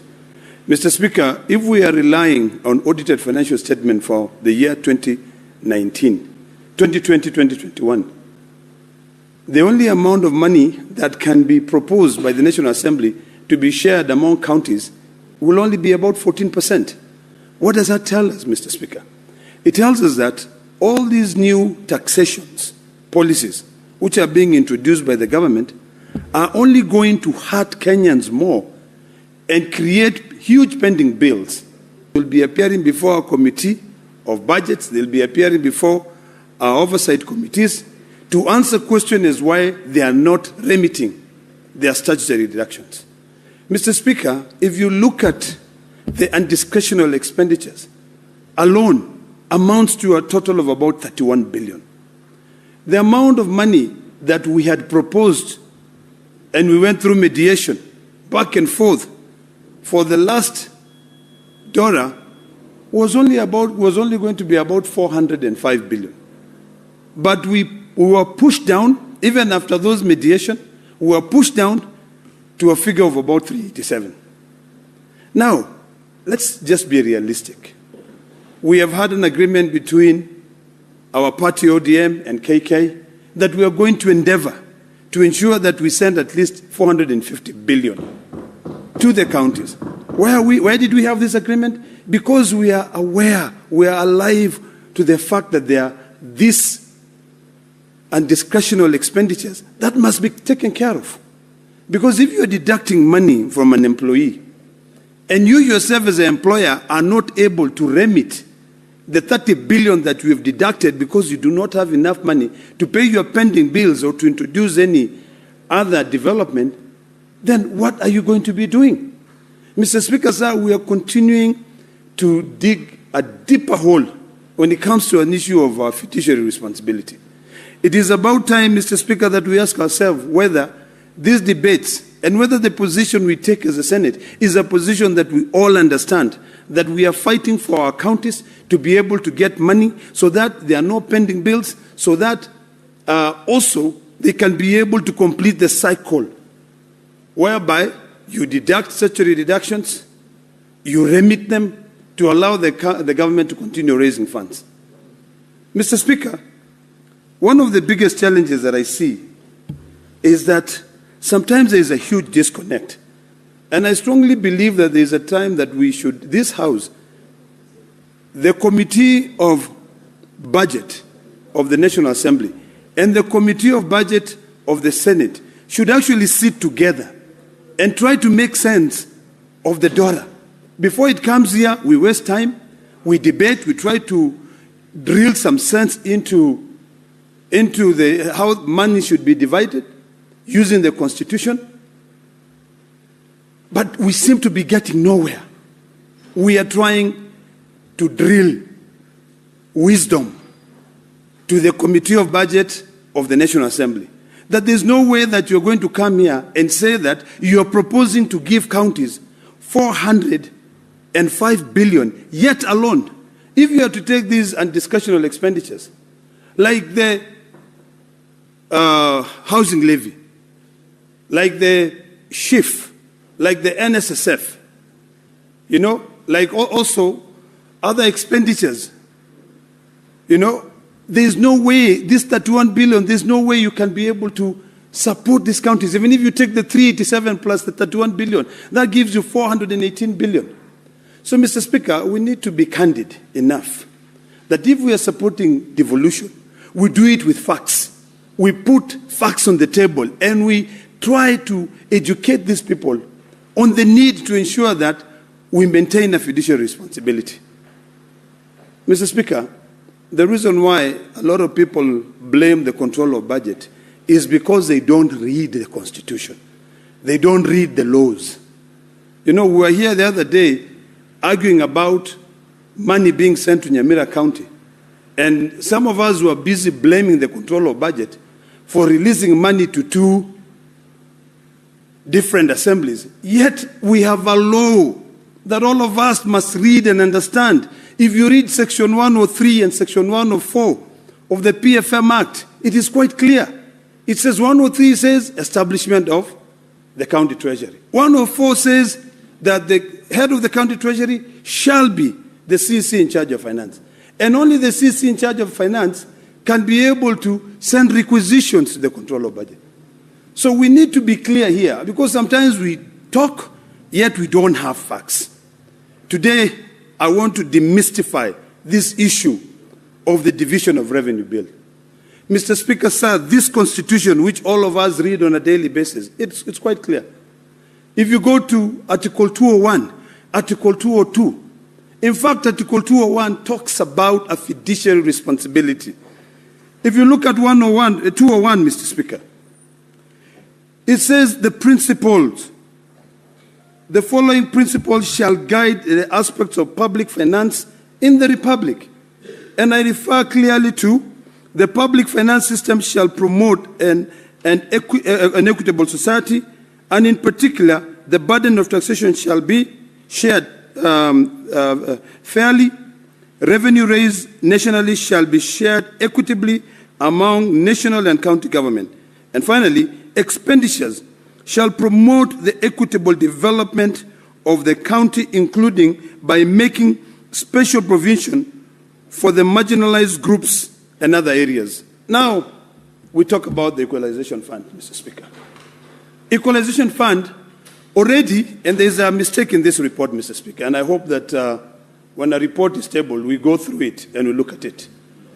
We do not own, Equalization Fund is not owed 2.7 trillion. It is only owed 27 billion. So that should be corrected in this report. That is the first thing. Now, the Committee of Finance is proposing that the money which should be set aside for the Equalization Fund should be 9 billion shillings. Already, there's a debt of 26 billion. How are we going to resolve this debt?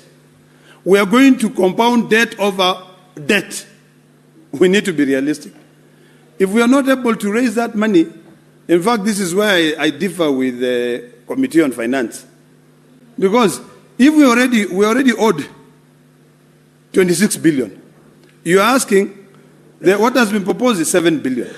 You're asking, saying, add an additional 2 billion. So 27 plus 7 is 34. If you add another 2, is 36 billion. Yet, there is a sunset clause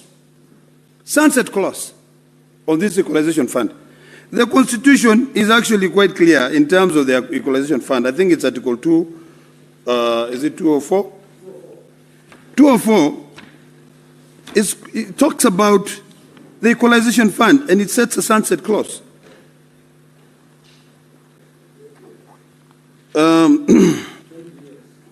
For 20 years. And that 20 years is lapsing very soon. So the question that I haven't had the Finance Committee responding to, or any of my colleagues, and I'll seek some wise counsel from my colleague, Senator Eddy, is that what happens if we don't amend the Constitution to be able to extend the time of the Equalization Fund and the 20 years is coming to an end? What happened? Yet, the money has still not been paid. Is this money going to be in a fund which exists Or is it going to be in a fund, or it's going to be in a fund that exists? So these are questions that we must ask ourselves diligently.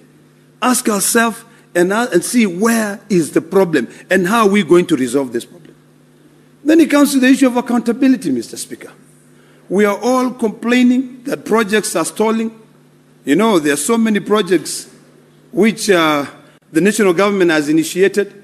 And when it comes to the issue of Narok County, Mr. Speaker, I want to be very candid and very clear on this. There is an airport which is a responsibility between both the national government and the county government. And I applaud my county government of Narok and the Ministry of Transport because, of course, they have looked at issues to do with Article 187 of the Constitution in terms of a function which is for national government being undertaken by another level of government. And coming and saying we need this service. If the national government cannot afford it, we, the people of Narok, who I consider ourselves very rich, can be able to afford to build the terminal. So these projects must be completed. You know, when you initiate the project, let's complete them. This is why I said the other day, the contractor, and I want to call upon the Ministry of Transport and KAA, please move to site because you're not on the site. I was there 2 days ago. I'll be there again on Friday. I'll be a thorn in your flesh to make sure that these projects are completed. That is the only way we are going to be able to make sense.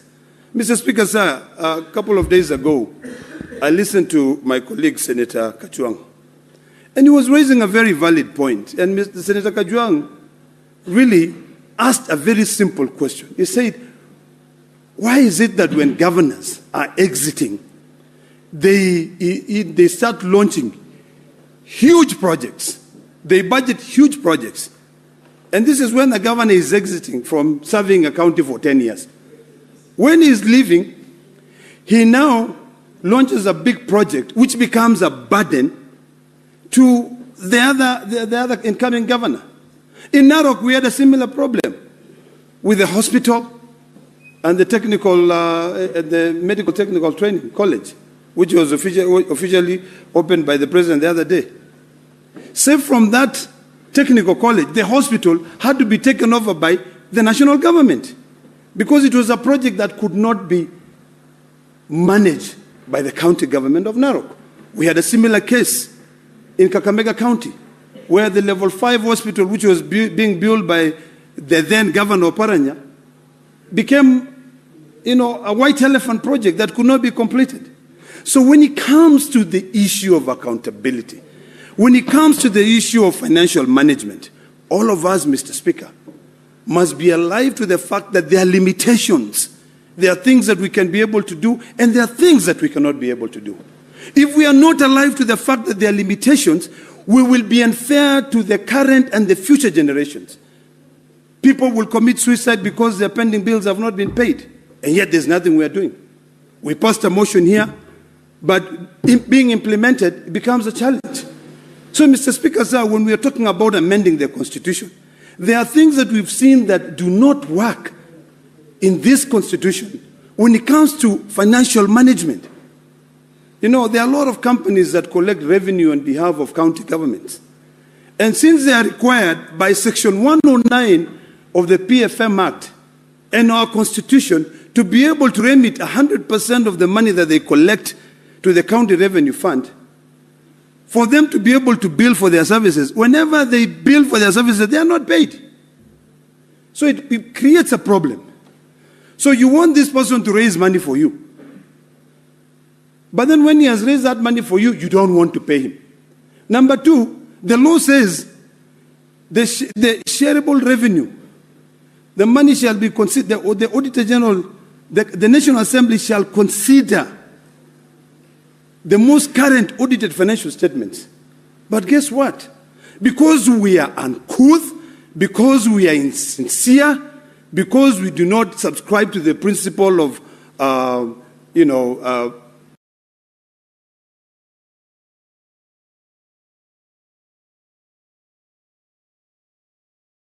financial responsibility, we must come of age. We must come of age so that we can be measured among other developing nations. Kenya is slowly developing to becoming a developing nation. The freedoms we have here, the ability for us to raise money. But we must live to that standard. So a time will come when it will make sense to amend the Constitution to ensure that when these companies that are collecting revenue on behalf of county governments do collect the revenue, let them deduct their share, which is agreed upon, and they remit the money. You will notice, Mr. Speaker, that most money will reach to the counties. But currently, when you know that you have to send 100% of the money because the PFM Act Section 109 demands that, and I believe it's Article 217 of the Constitution, when you know, and I want to be correct on that, so that I don't leave anything. Yeah, I think it's 217. I'm correct that. No, 207. Sorry, Mr. Speaker. When you know that when you send the money that you've collected, you now have to go and beg the county governor for you to be paid your services. It becomes, it demoralizes you in the point where you don't even disclose how much money you've been able to collect. In fact, it's Article 207 of the Constitution, which mirrors Section 109 of the Public Finance Management Act. So, Mr. Speaker, in conclusion, I want to reiterate the fact that as a House, all of us, number one, must read this report. Number two, we must always have a sense of occasion. All of us must debate on facts to be able to guide this nation. We must be able to come out and say that whatever we're debating is what a good committee has undertaken. Not always deviating. There's always a nudge to deviate and talk about current affairs, politics, talk about regional politics, but it doesn't make sense. What will make sense, Mr. Speaker, is if all of us understand the report being submitted by the committee. The distinguished senators sat, burned the midnight oil to be able to demystify the proposals from the National Assembly. It will only be better for us if we can read them. And after reading them and having a conversation with the members of that committee, I believe, and I've come to a firm belief, that the only way the devolution will work is, one, if we send the 450 billion that we agreed between ODM and KK, or in the worst case scenario, we send money that can be able to take care of the undiscretional expenditures. Number three, we also must make sure that we resolve this quagmire, this confusion. We stop dilly-dallying on the matter of equalization fund. The 26 billion, if we add an additional 7 billion, I don't even support my good friend Senator Eddy by saying he wants 9 billion. If we cannot raise 26 billion, if we are given the 7 billion, it's good enough. But that 7 billion should go and support and raise these communities. Raise these communities. When you continue accumulating debt over debt, it doesn't help. So finally, Mr. Speaker. Your neighbor, Senator Eddy Okech, wants to inform you. I'd be more than happy to be informed. Senator Okech. Mr. Speaker, there is an exchange there. So, Madam Speaker, the Senator of Narok has questioned whether I want this 9 billion to be given to counties instead of the entire amount. What I wanted to inform the Senator is that the structure, and we have been fighting this for over time now, Madam Speaker, the structure of the Equalization Fund has been that every single year, this money is allocated. The money is allocated, but it never gets to leave the treasury because of a number of reasons, just in the implementation metrics of the Equalization Fund. So the 26 billion that is already owed, that is quoting, is something that had been allocated and actually been given to the Treasury. It has just never been released accordingly. But in this budgeting, we are saying that this budgeting, the proportionate amount that must go to the equalization fund for this particular finance year is the 9 billion. So the 9 billion is not going to pay debt. The 9 billion is what is rightfully meant for the counties in this financial year. But the debt that is in the Treasury is that the money that is there has been put aside on a special, remember, equalization fund is a special purpose fund, and it has just not been released by the Treasury, and that is what he himself, as my whip, and myself must fight the Treasury to reduce those funds to go and do the work they're supposed to do, because they're never releasing them, but they keep on allocating them. So this is just a commensurate amount to this, tied to this particular financial year, the 9 billion that we are requesting of. It's not necessarily the one to pay the debt. Thank you, Mr. Speaker. Madam Speaker. Thank you, Senator Eddy. You can proceed, Senator. Thank you, Madam Speaker. Let me appreciate my good friend and neighbor, the distinguished senator from Migori, for informing me. I'm well informed, and that notwithstanding, my argument is very simple, that this amount that we are allocating, yet we cannot be able to spend it before the financial year is over. Madam Speaker, I think I need more time because my clock was running when I was please add him a minute. It's the one that was donated to Senator. So I'll have like 6 minutes? 1 minute. 1 minute. Let me end by saying the following. That notwithstanding, Madam Speaker, it is imperative that we adhere to Article 201 of the Constitution of Kenya. Openness is very key. Public participation is very key.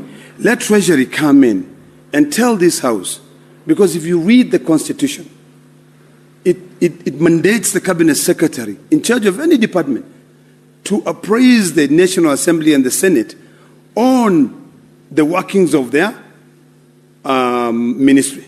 So let us, it will be good for the Committee of Finance and Budget to now call the Cabinet Secretary here to say, why are we allocating money and you are not spending this money? And that is why I'm arguing that the reason why they are not spending that money is not because that money is there. It is because that money is not there. Let us be realistic. So if we are given 7 billion, let us be happy with it and see whether now we can be able to call for it. And finally, Madam Speaker, I want to reiterate what I said earlier on. I would really want to plead to my colleagues. Please read this report and let us debate and always have a sense of occasion on what we are debating to help Kenya. I thank you, Madam Speaker. Thank you, Senator Ledama. I have a communication from the chair on visiting teachers and students from Tenwek High School in Bomet County. Honorable Senators, I would like to acknowledge the presence in the public gallery this afternoon of visiting teachers and students from Tenwek High School in Bomet County. The delegation comprises 2 teachers and 49 students who are in the Senate for a one-day academic exposition.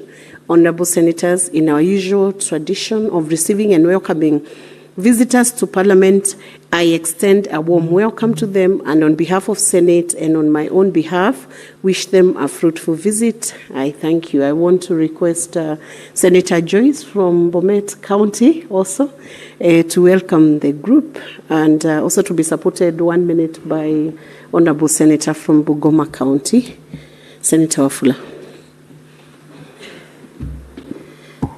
Thank you very much, Honorable Speaker. Allow me to welcome the teachers and students from Tenwek High School. This is one of the best schools in the country, not in the county. This is one of the schools that has produced a number of leaders in this country.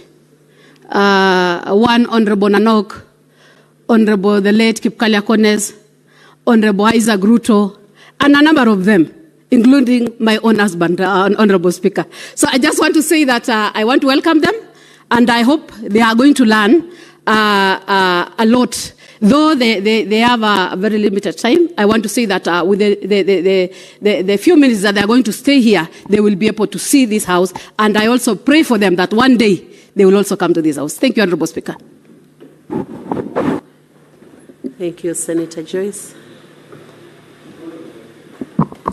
Asante Mheshimiwa Spika kwa kunipa fursa hii kuwakaribisha wanafunzi wa shule ya upili ya Tenwek na walimu wenzangu ambao wameambatana na wanafunzi hawa ambao wanaonyesha ari na azma ya kupita mtihani na kufuata yale nyoyo zao zinataka. Mheshimiwa Spika, wanafunzi hawa wanatoka bonde la Ufa, Mheshimiwa Spika, na mwanariadha shupavu mwanariadha Kipchoge alisema katika dunia hii hakuna kisichowezekana.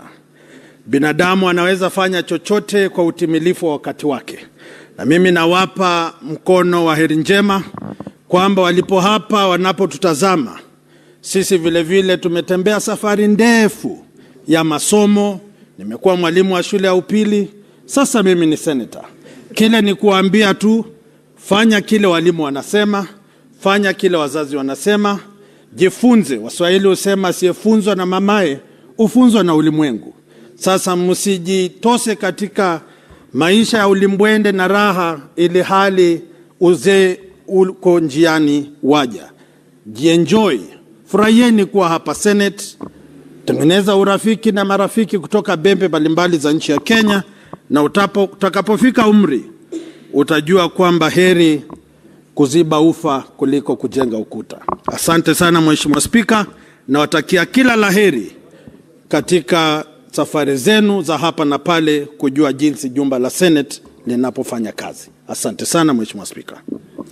Asante Senator Wafula. Senator Kisang William. Thank you, Madam Speaker. Madam Speaker, I also arise to make comments on this particular bill. Madam Speaker, I know there are several proposals. There was a proposal by CRA of 17 billion, then the National Treasury 4 or 5 billion, and the Kenya Kwanza leadership and the ODM leaderships agreed on 450 billion. So I don't know where Treasury came up with the 4 or 5, because if you remember, Madam Speaker, in the current financial year, we had agreed on 4 or 5, and they reduced it to 380 billion, and then eventually, during the mediation, we went back to 387.5. And this included 425 million for libraries that were, their services were devolved to Honorable Speaker. Madam Speaker, as the senator for Elgeyo-Marakwet County is just getting, they've been getting 4.8 billion. And for the last 10 years, I've said many times in this house, Madam Speaker, that there are some counties, again about 10 counties or so, Madam Speaker, that are getting less than 6 billion.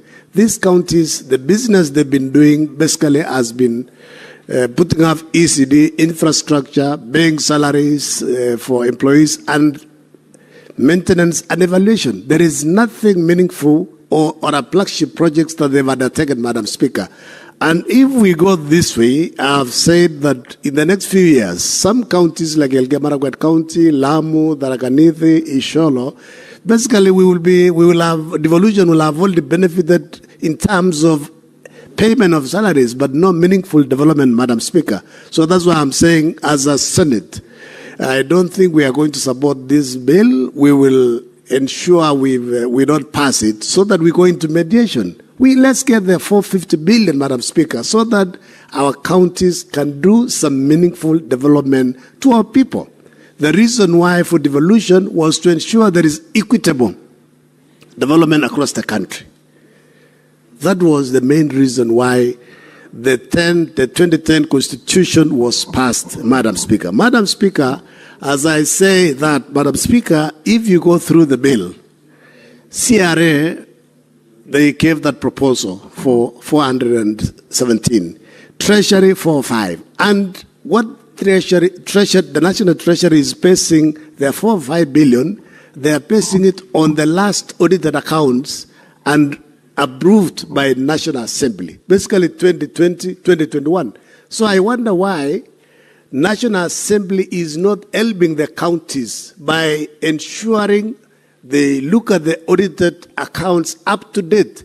We should be basing the share of revenue on 2022-23 at worst. Otherwise, we should be basing it on 2023-2024, Madam Speaker.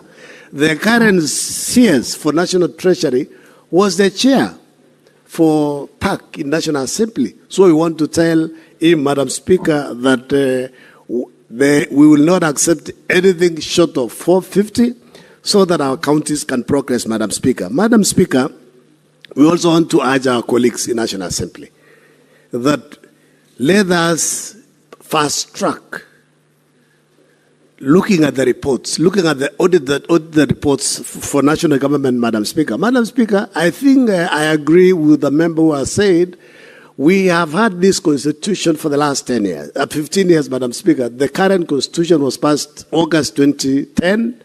This year, August, it will be 15 years. Maybe it is high time, Madam Speaker, that we relook, we audit the constitution.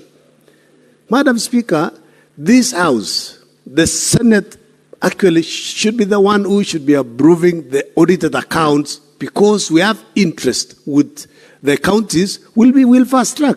But you know, National Assembly are not interested to disperse resources, proper resources to go to the counties. So they can delay, they can track their feet to pass and look at the audited accounts, Madam Speaker. Madam Speaker, I know we have discussed issues on equalization fund. It's been there for these 12 years or so, Madam Speaker. Every year, Treasury allocates resources. By the end of the financial year, there is nothing that has been dispersed to the counties. Because there is a fight between some ministries of national government and also counties on who is supposed to do the actual implementation. I know we discussed several issues in the last parliament in National Assembly. Minister of Water wanted to implement some projects. Minister of Roads wanted to implement some. And eventually, nothing happened. In fact, I believe National Assembly have also extended, because I think the 20 years are lapsing soon. I think they wanted to extend by another 10 years or so, Madam Speaker. So we need to put our foot down. You cannot say we have, I heard Senator Ed saying we already have 26 billion in National Treasury. If there is 26 billion plus 9, that is 35. Why are we not dispersing? It means basically there is, money in the budget is not money until exchequer is released.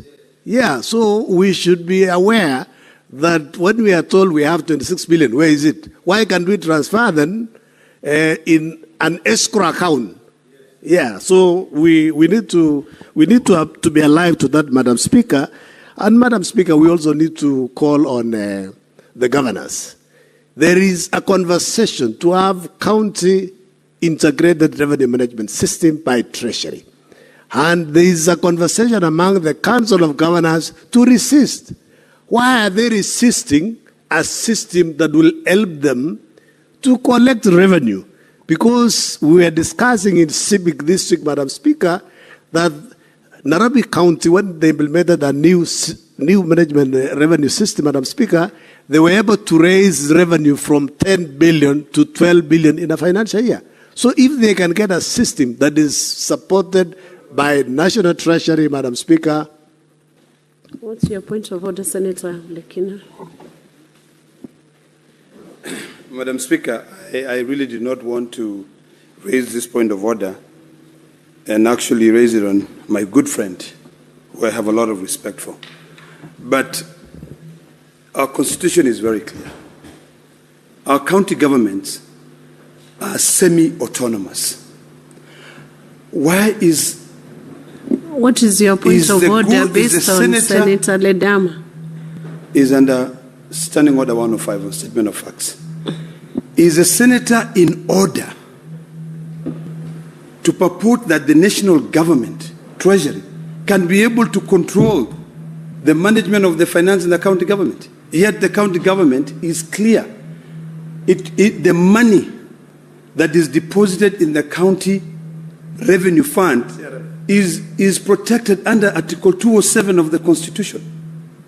And when you read, I believe it's Article 209, or is it 219, Kajwang, that says that a share of revenue raised by the national government or county government shall be released without undue delays or any deductible. So is it good, Senator, in order to propose that county governors should agree to Treasury controlling their revenue-making systems? Madam Speaker, the good governor and our minority whip has misunderstood me, Madam Speaker. I said what the National Treasury is trying to do, which is a good thing, is to look for a good county revenue integrated management system, and this is basically giving them a grant, a donation, so they don't have to use their own revenue to buy a system. Just the way, Madam Speaker, already the counties are enjoying the integrated financial management information system on the expenditure side of the revenue. What is wrong in giving them a system to collect their own revenue, and they'll be able to support the system on their own, and basically they can have part of the system domicile in their own server or in a cloud. So, so basically, National Treasury will not, or national government will not control the revenue. They are only helping them to give them a system.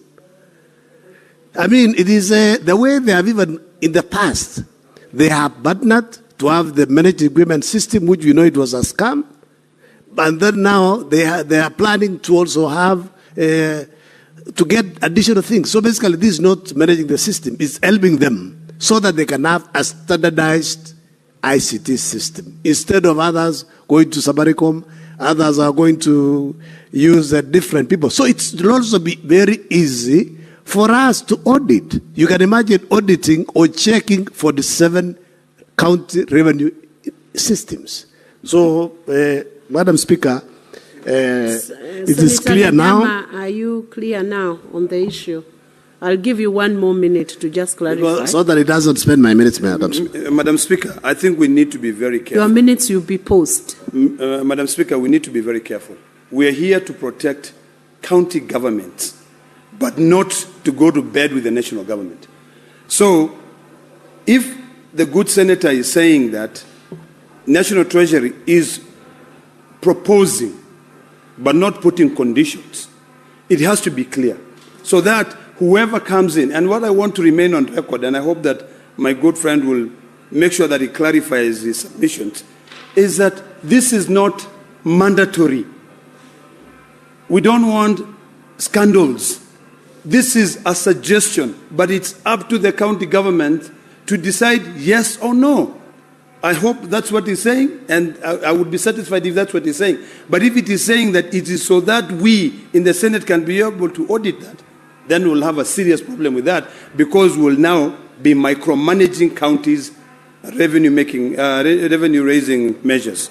Thank you, Madam Speaker. You know, Madam Speaker, this is still a proposal, and I believe the National Treasury and the County Council of Governors have a conversation, and I'm not speaking for National Treasury or the governors or the county government. I was just raising what is outside there, and also as an expert in the ICT industry. You know, occasionally I get consulted for free of charge. So that's why I also wanted to advise the House free of charge, Madam Speaker, this afternoon, that there is conversation outside there, and it's a good thing.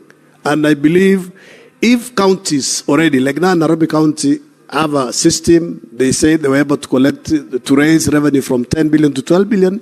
If it's a good system, they proceed with their own. I don't think anybody will be forced. And if it is free, why not? You know, I'm speaking because the county where I come from, we don't have 50 or 30 or 100 million to pay for software. So we'll pick it, we'll be very glad to get that system, because my county doesn't have, say, 50 or 100 million to buy it. So those who have resources like Narok, because they get a lot of revenue from the Conservancy and the Masai Mara, they can buy their own. It's free. It's not free, please. Madam Speaker, we also need to put the governors on the check. why are they not collecting enough revenue? Every year, all the counties, they budget a lot in terms of on-source revenue. But by the end of the financial year, they have only collected 40 or 50%. And then in the process, Madam Speaker, they accrue a lot of pending bills. We need to audit and check so that if, say, Elgeyo Marakwet County collected last year 200 million, we shouldn't accept them to propose that they are going to collect to 500 million. What miracle is there for them to double? So basically, so that they can progressively maybe add around 10 to 15 or 20%. Otherwise, at the end of the day, Madam Speaker, we are going to have a lot of pending bills. People are going to suffer. They'll be given tenders to do work at the counties. And at the end of financial year, there are no resources, Madam Speaker, to pay for works that have been done, Madam Speaker. Madam Speaker, there is also something that is not going right at our counties, Madam Speaker. Madam Speaker, when the control of budget approves expenditures, Madam Speaker, some governors divert. Senator for Narok is saying all governors divert. Instead of paying those that have been approved, they pay their friends. They pay where they know they are going to get a cut, where they are going to get 10% or 20%, Madam Speaker, and then in the process, those genuinely where the control of budget has approved payment for them don't get the money, Madam Speaker.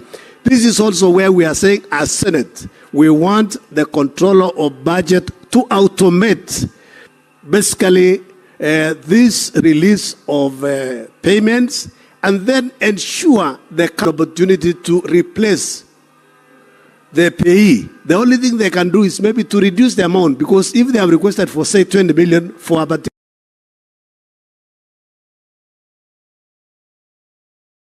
particular supplier, they can only reduce maybe to 15, 12, or whatever, what they have been given. But they should not change the supplier.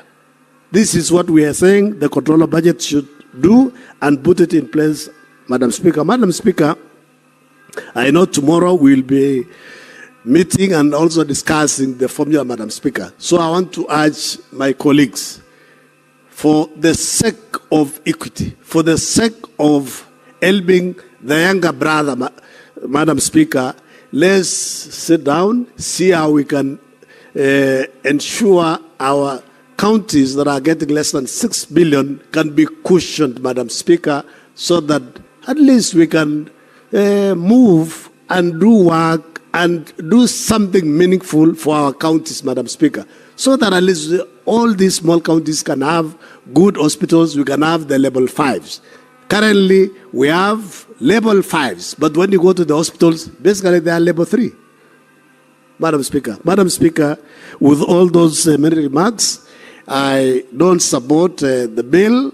We sit down, let's not approve this bill so that we can go into mediation to get basically the 450 that our counties deserve. Thank you, Madam Speaker. Thank you, Senator Kisang. Senator Kajwang Moses Otieno.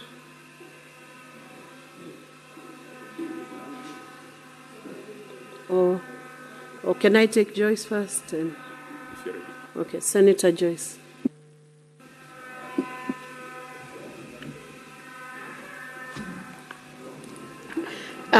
Thank you very much, Honorable Speaker. Allow me, Honorable Speaker, to thank the Committee on Finance for the work that they have done. And Honorable Speaker, I must also commend them for giving to be able to give to get the submission, which has formed part of this report. Honorable Speaker, I know division of revenue bill is an issue that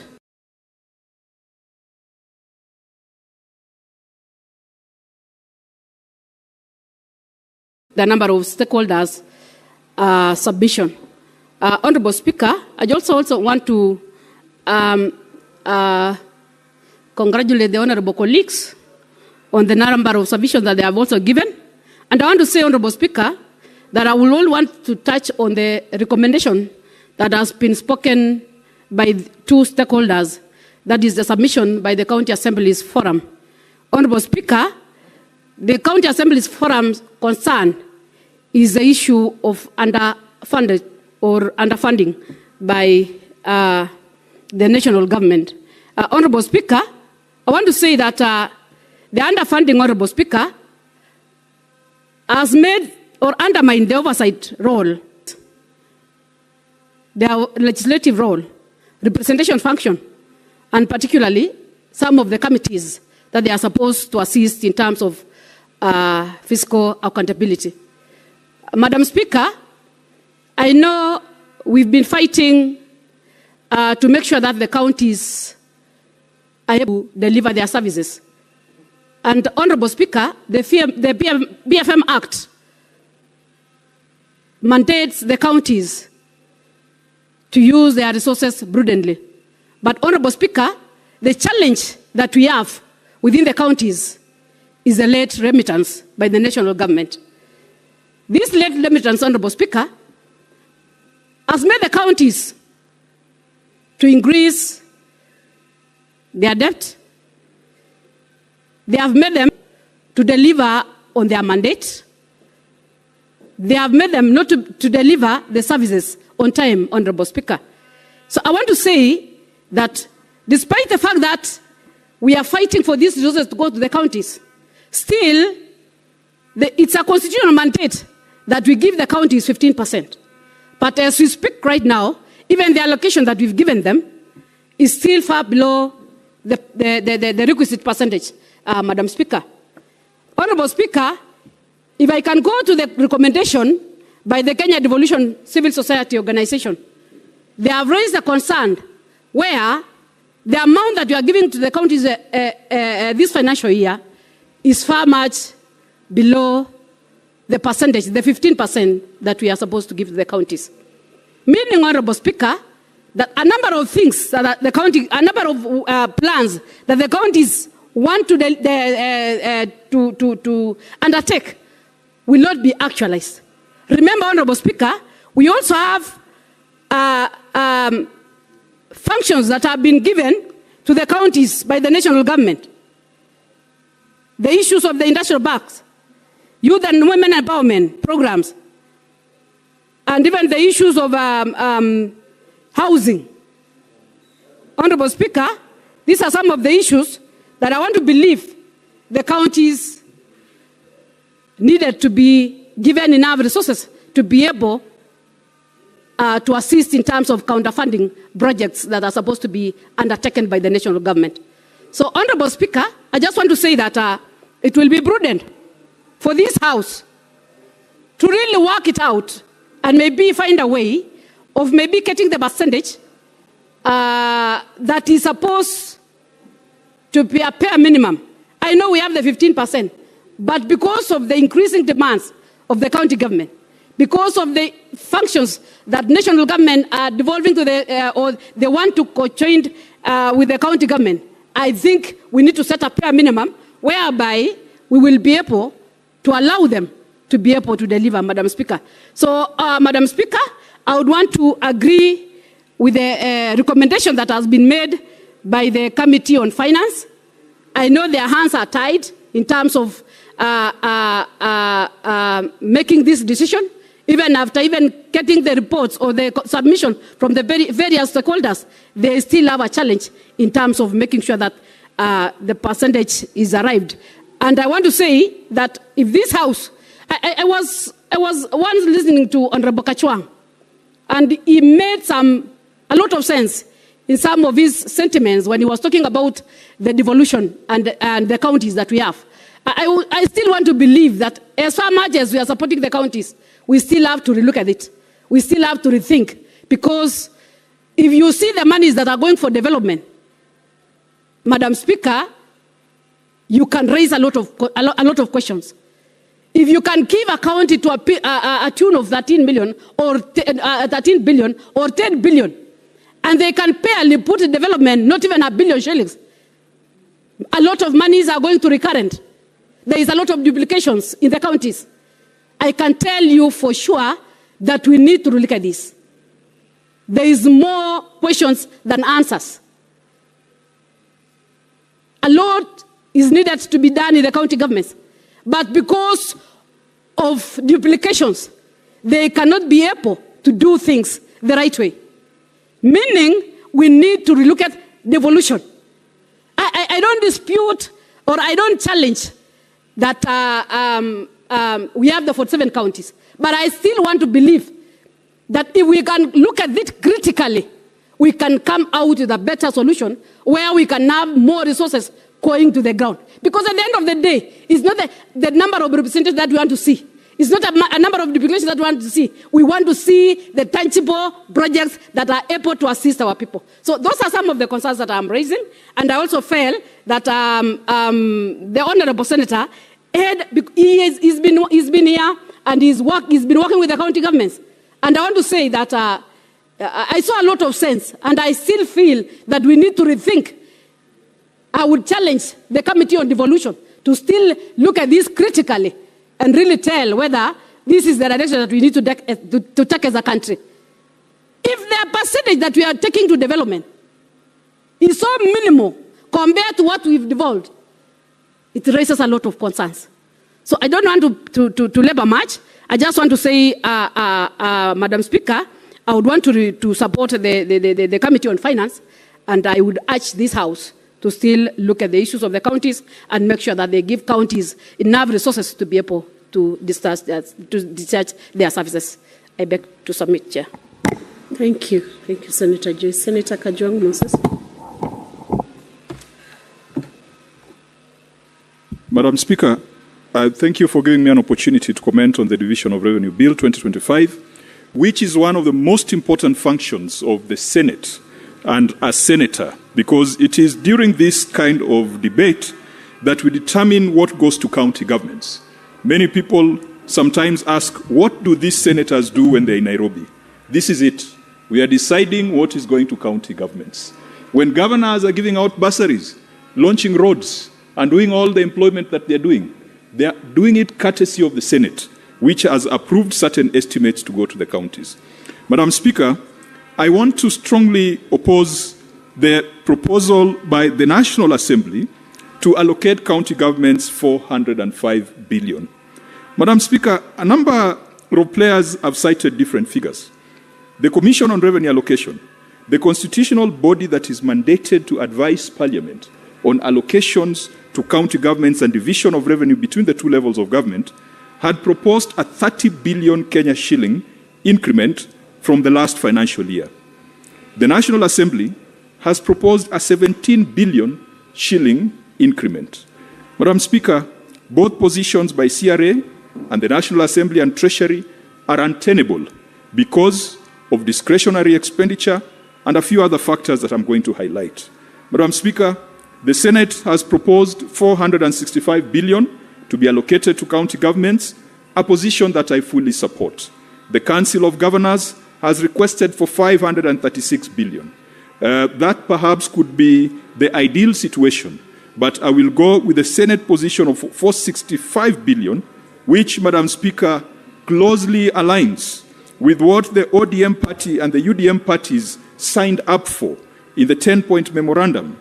Madam Speaker, the two parties agreed to protect and strengthen devolution, to increase funding to county governments, and to protect devolution against clawback. And in the MOU, it was proposed that counties should get no less than 450 billion. Madam Speaker, for those of us who recognize a broad-based government, we can only recognize it if it is going to deliver 450 billion to county governments. Madam Speaker, beyond the politics, there's a bit of the science and the figures and the economics that will influence our decision as a House to decide how much goes to county governments. First of all, the Constitution requires that the basis of division of revenue between national and county governments should be the last revenue estimates as adopted by the National Assembly, as audited and approved by the National Assembly. Madam Speaker, this bill proposes that we use the base of 2020-2021. That is wrong, That is unconstitutional. And Justice Jairus Nga, not too long ago, in October last year, made a landmark ruling that said that where timelines have been specified in the Constitution, then they are not optional, they are not a suggestion, they are mandatory. Parliament must review, adopt, consider, debate, audited reports within 3 months of their presentation to Parliament. The National Assembly, by now, should have already adopted the revenue estimates for the financial year 2023-2024. And so it is wrong for them to propose or to purport that 2020-2021 should be the basis. On that point alone, Madam Speaker, someone is going to go to court. Is going to challenge the decision of Parliament to say that it is unconstitutional to base revenue on estimates that are 4 years old. Madam Speaker, if you are to base the revenue share on 2023-2024, then it would be possible to yield to counties the 465 billion that the Senate has proposed. Secondly, Madam Speaker, county governments face non-discretionary expenditure. A non-discretionary expenditure, we had that conversation previously, are expenditure arising from national government policy. Community health promoters, Madam Speaker, is an expenditure that has been put on the heads of county governments. The universal health care staff, who I believe could be the ones who are picketing outside Parliament, and they're doing it rightfully, because you saw the headline saying the nurses that nobody needs. This is a sick country. You cannot have a situation where you have nurses that are not needed.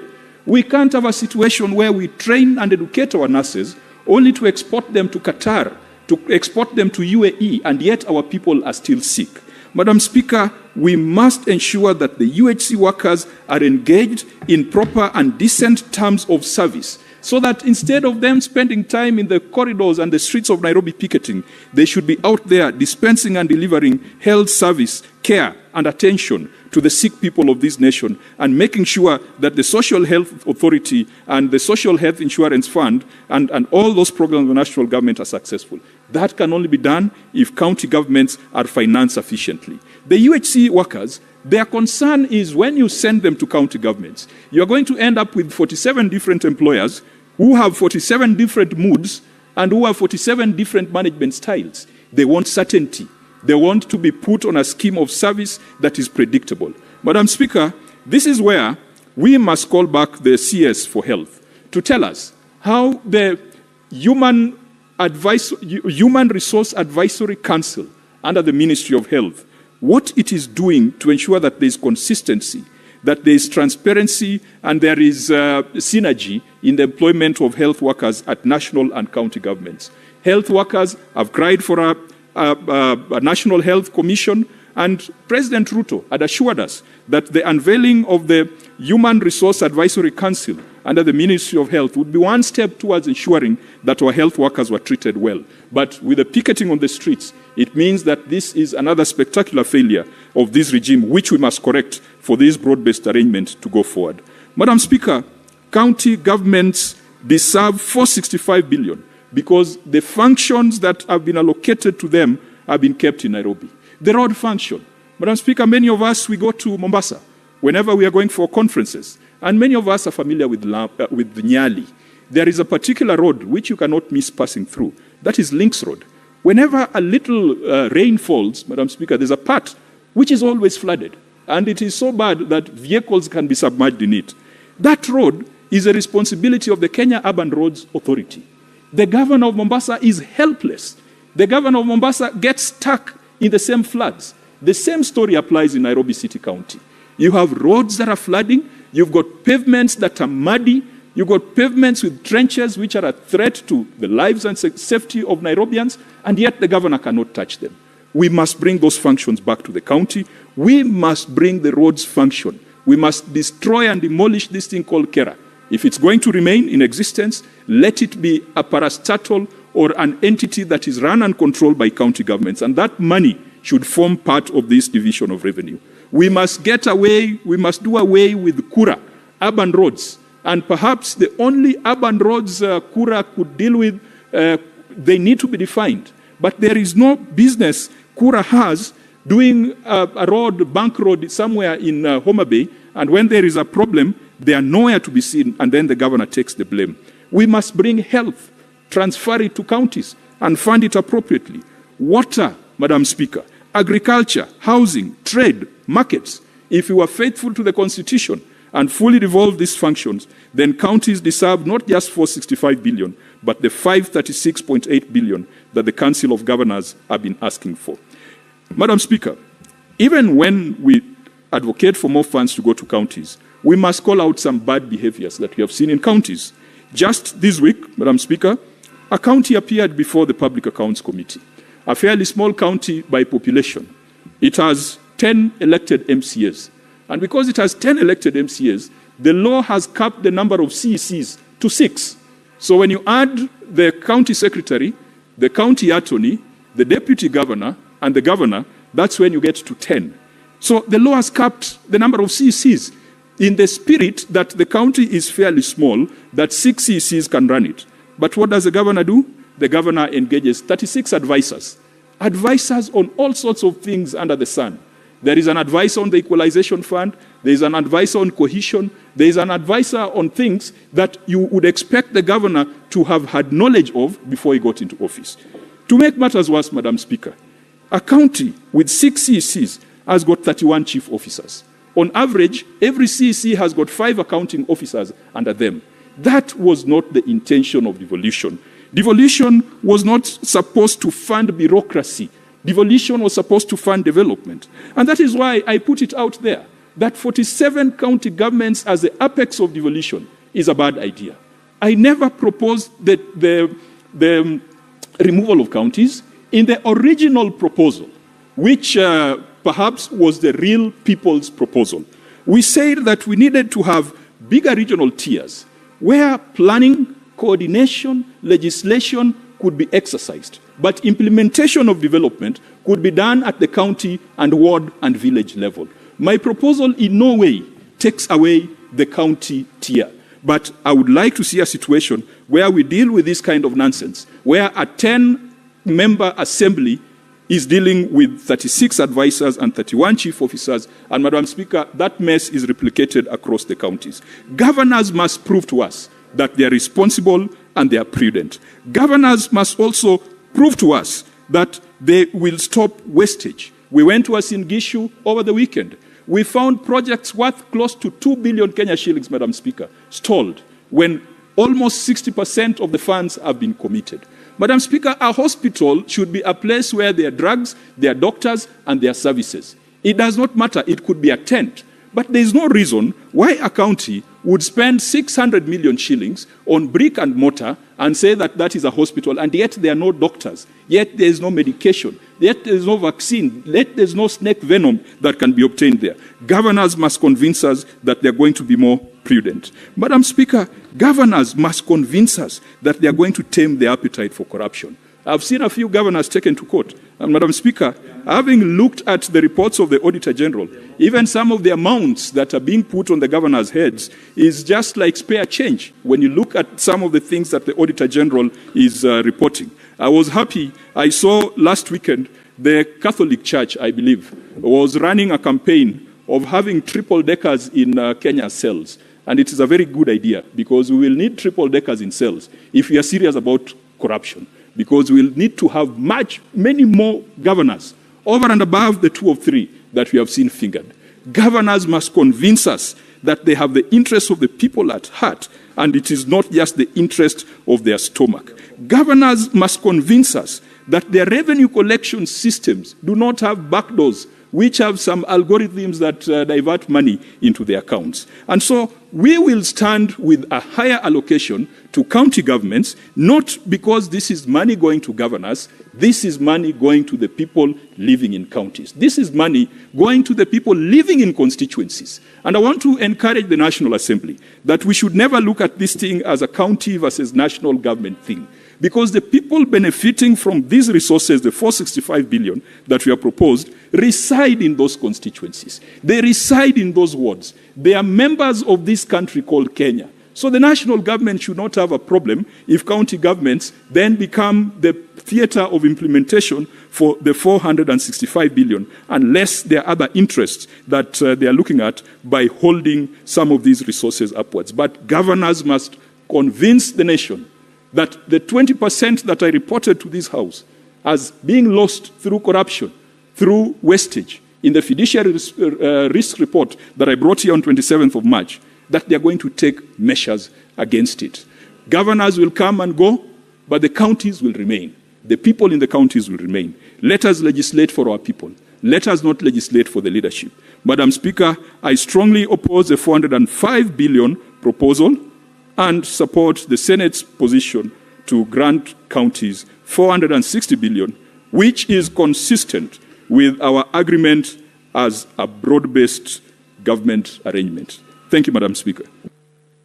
Thank you, Senator Kajwang. Senator Paul Thangwa Karungo.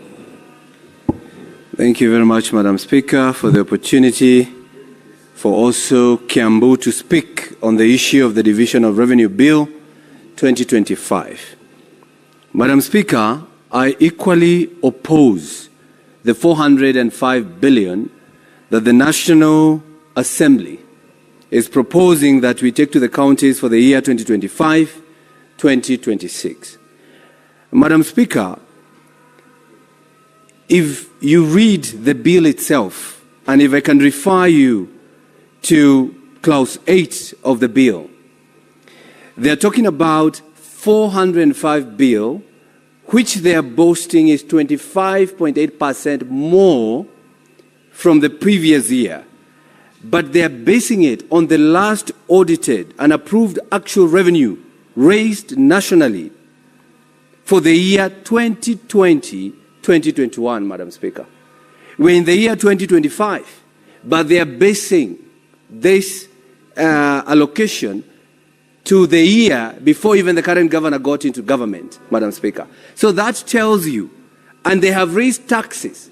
They have collected more money, Madam Speaker, yet they are basing their allocation based on the year 2021 before the Kenya Kwanza administration took over, Madam Speaker. So you can see they have a sinister motion within the whole process, Madam Speaker. Madam Speaker, we have talked about raising this money to over 460 billion. You know, I'm a math guy, I'm a math person, and I can help them to do the math where this money is going to come from, Madam Speaker, so that they can give counties 460 billion for the year 2025-2026. One, Madam Speaker, there is this allocation of county aggregation and industrial parks, Madam Speaker, where the national government holds about 250 million per county, Madam Speaker. If you do the math, that is 11.7 billion. So you add it to 405 billion. Madam Speaker, there's a lot of money for bursaries that the national government receives from the counties. They give the counties, then the counties give back through bursaries to national government institutions.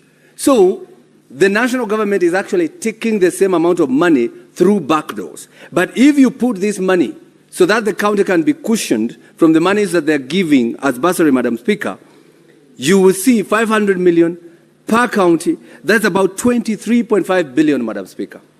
And the last one, the national government is encroaching on county functions. One of them, markets, Madam Speaker. Every constituency is receiving 50 million Kenyan shillings for building of markets, Madam Speaker. If you multiply 50 by 290, Madam Speaker, you will get 14.5 billion. So if you take this money for markets, the national government is holding 14.5 billion. You take the 11.7 billion the national government is taking for industrial parks, and then you take the 23.5 billion, the money the county government is giving to the national government as bursary, you get 49.7 billion. So add 49.7 billion to the proposed 405 billion, and you'll get 554 billion. So at least I've helped them to see where they will get the money. So we are only short 6 billion. And if there was time, Madam Speaker, I will give you enough information. But Madam Speaker, we need to ask ourselves a question as a Senate. that we are letting the national government encroach on county functions, like the markets, Madam Speaker. Like today, my people of Gatundu North, in Kamwangi Market, they are crying today, Madam Speaker. Reason, the national government, overnight, they demolished a market that was built by the county, which is functional, which the people are okay with it, so that they can build another market, Madam Speaker. What is the rationale that the national government is bringing down a whole market, that the people have said, we do not want a new market, we are okay with what we have. But because somebody, Madam Speaker, has taken kickback from the contractor, they want the contractor to build, whether the roof falls or what, so that they can retain the container, the contract, Madam Speaker. They can get the same amount that they got as a commission from the contractor. My people of Gatundu North, Kamwangi Market, Madam Speaker, they are crying because the national government, through encroaching of county functions, they have lost a market. Now they have to wait for so many months without a market that was functioning, a market that was built between 2013 and 2017 by the then governor there when I was an MCA, Madam Speaker. So I would want to tell the national government. Senator Joyce, what's your point of order?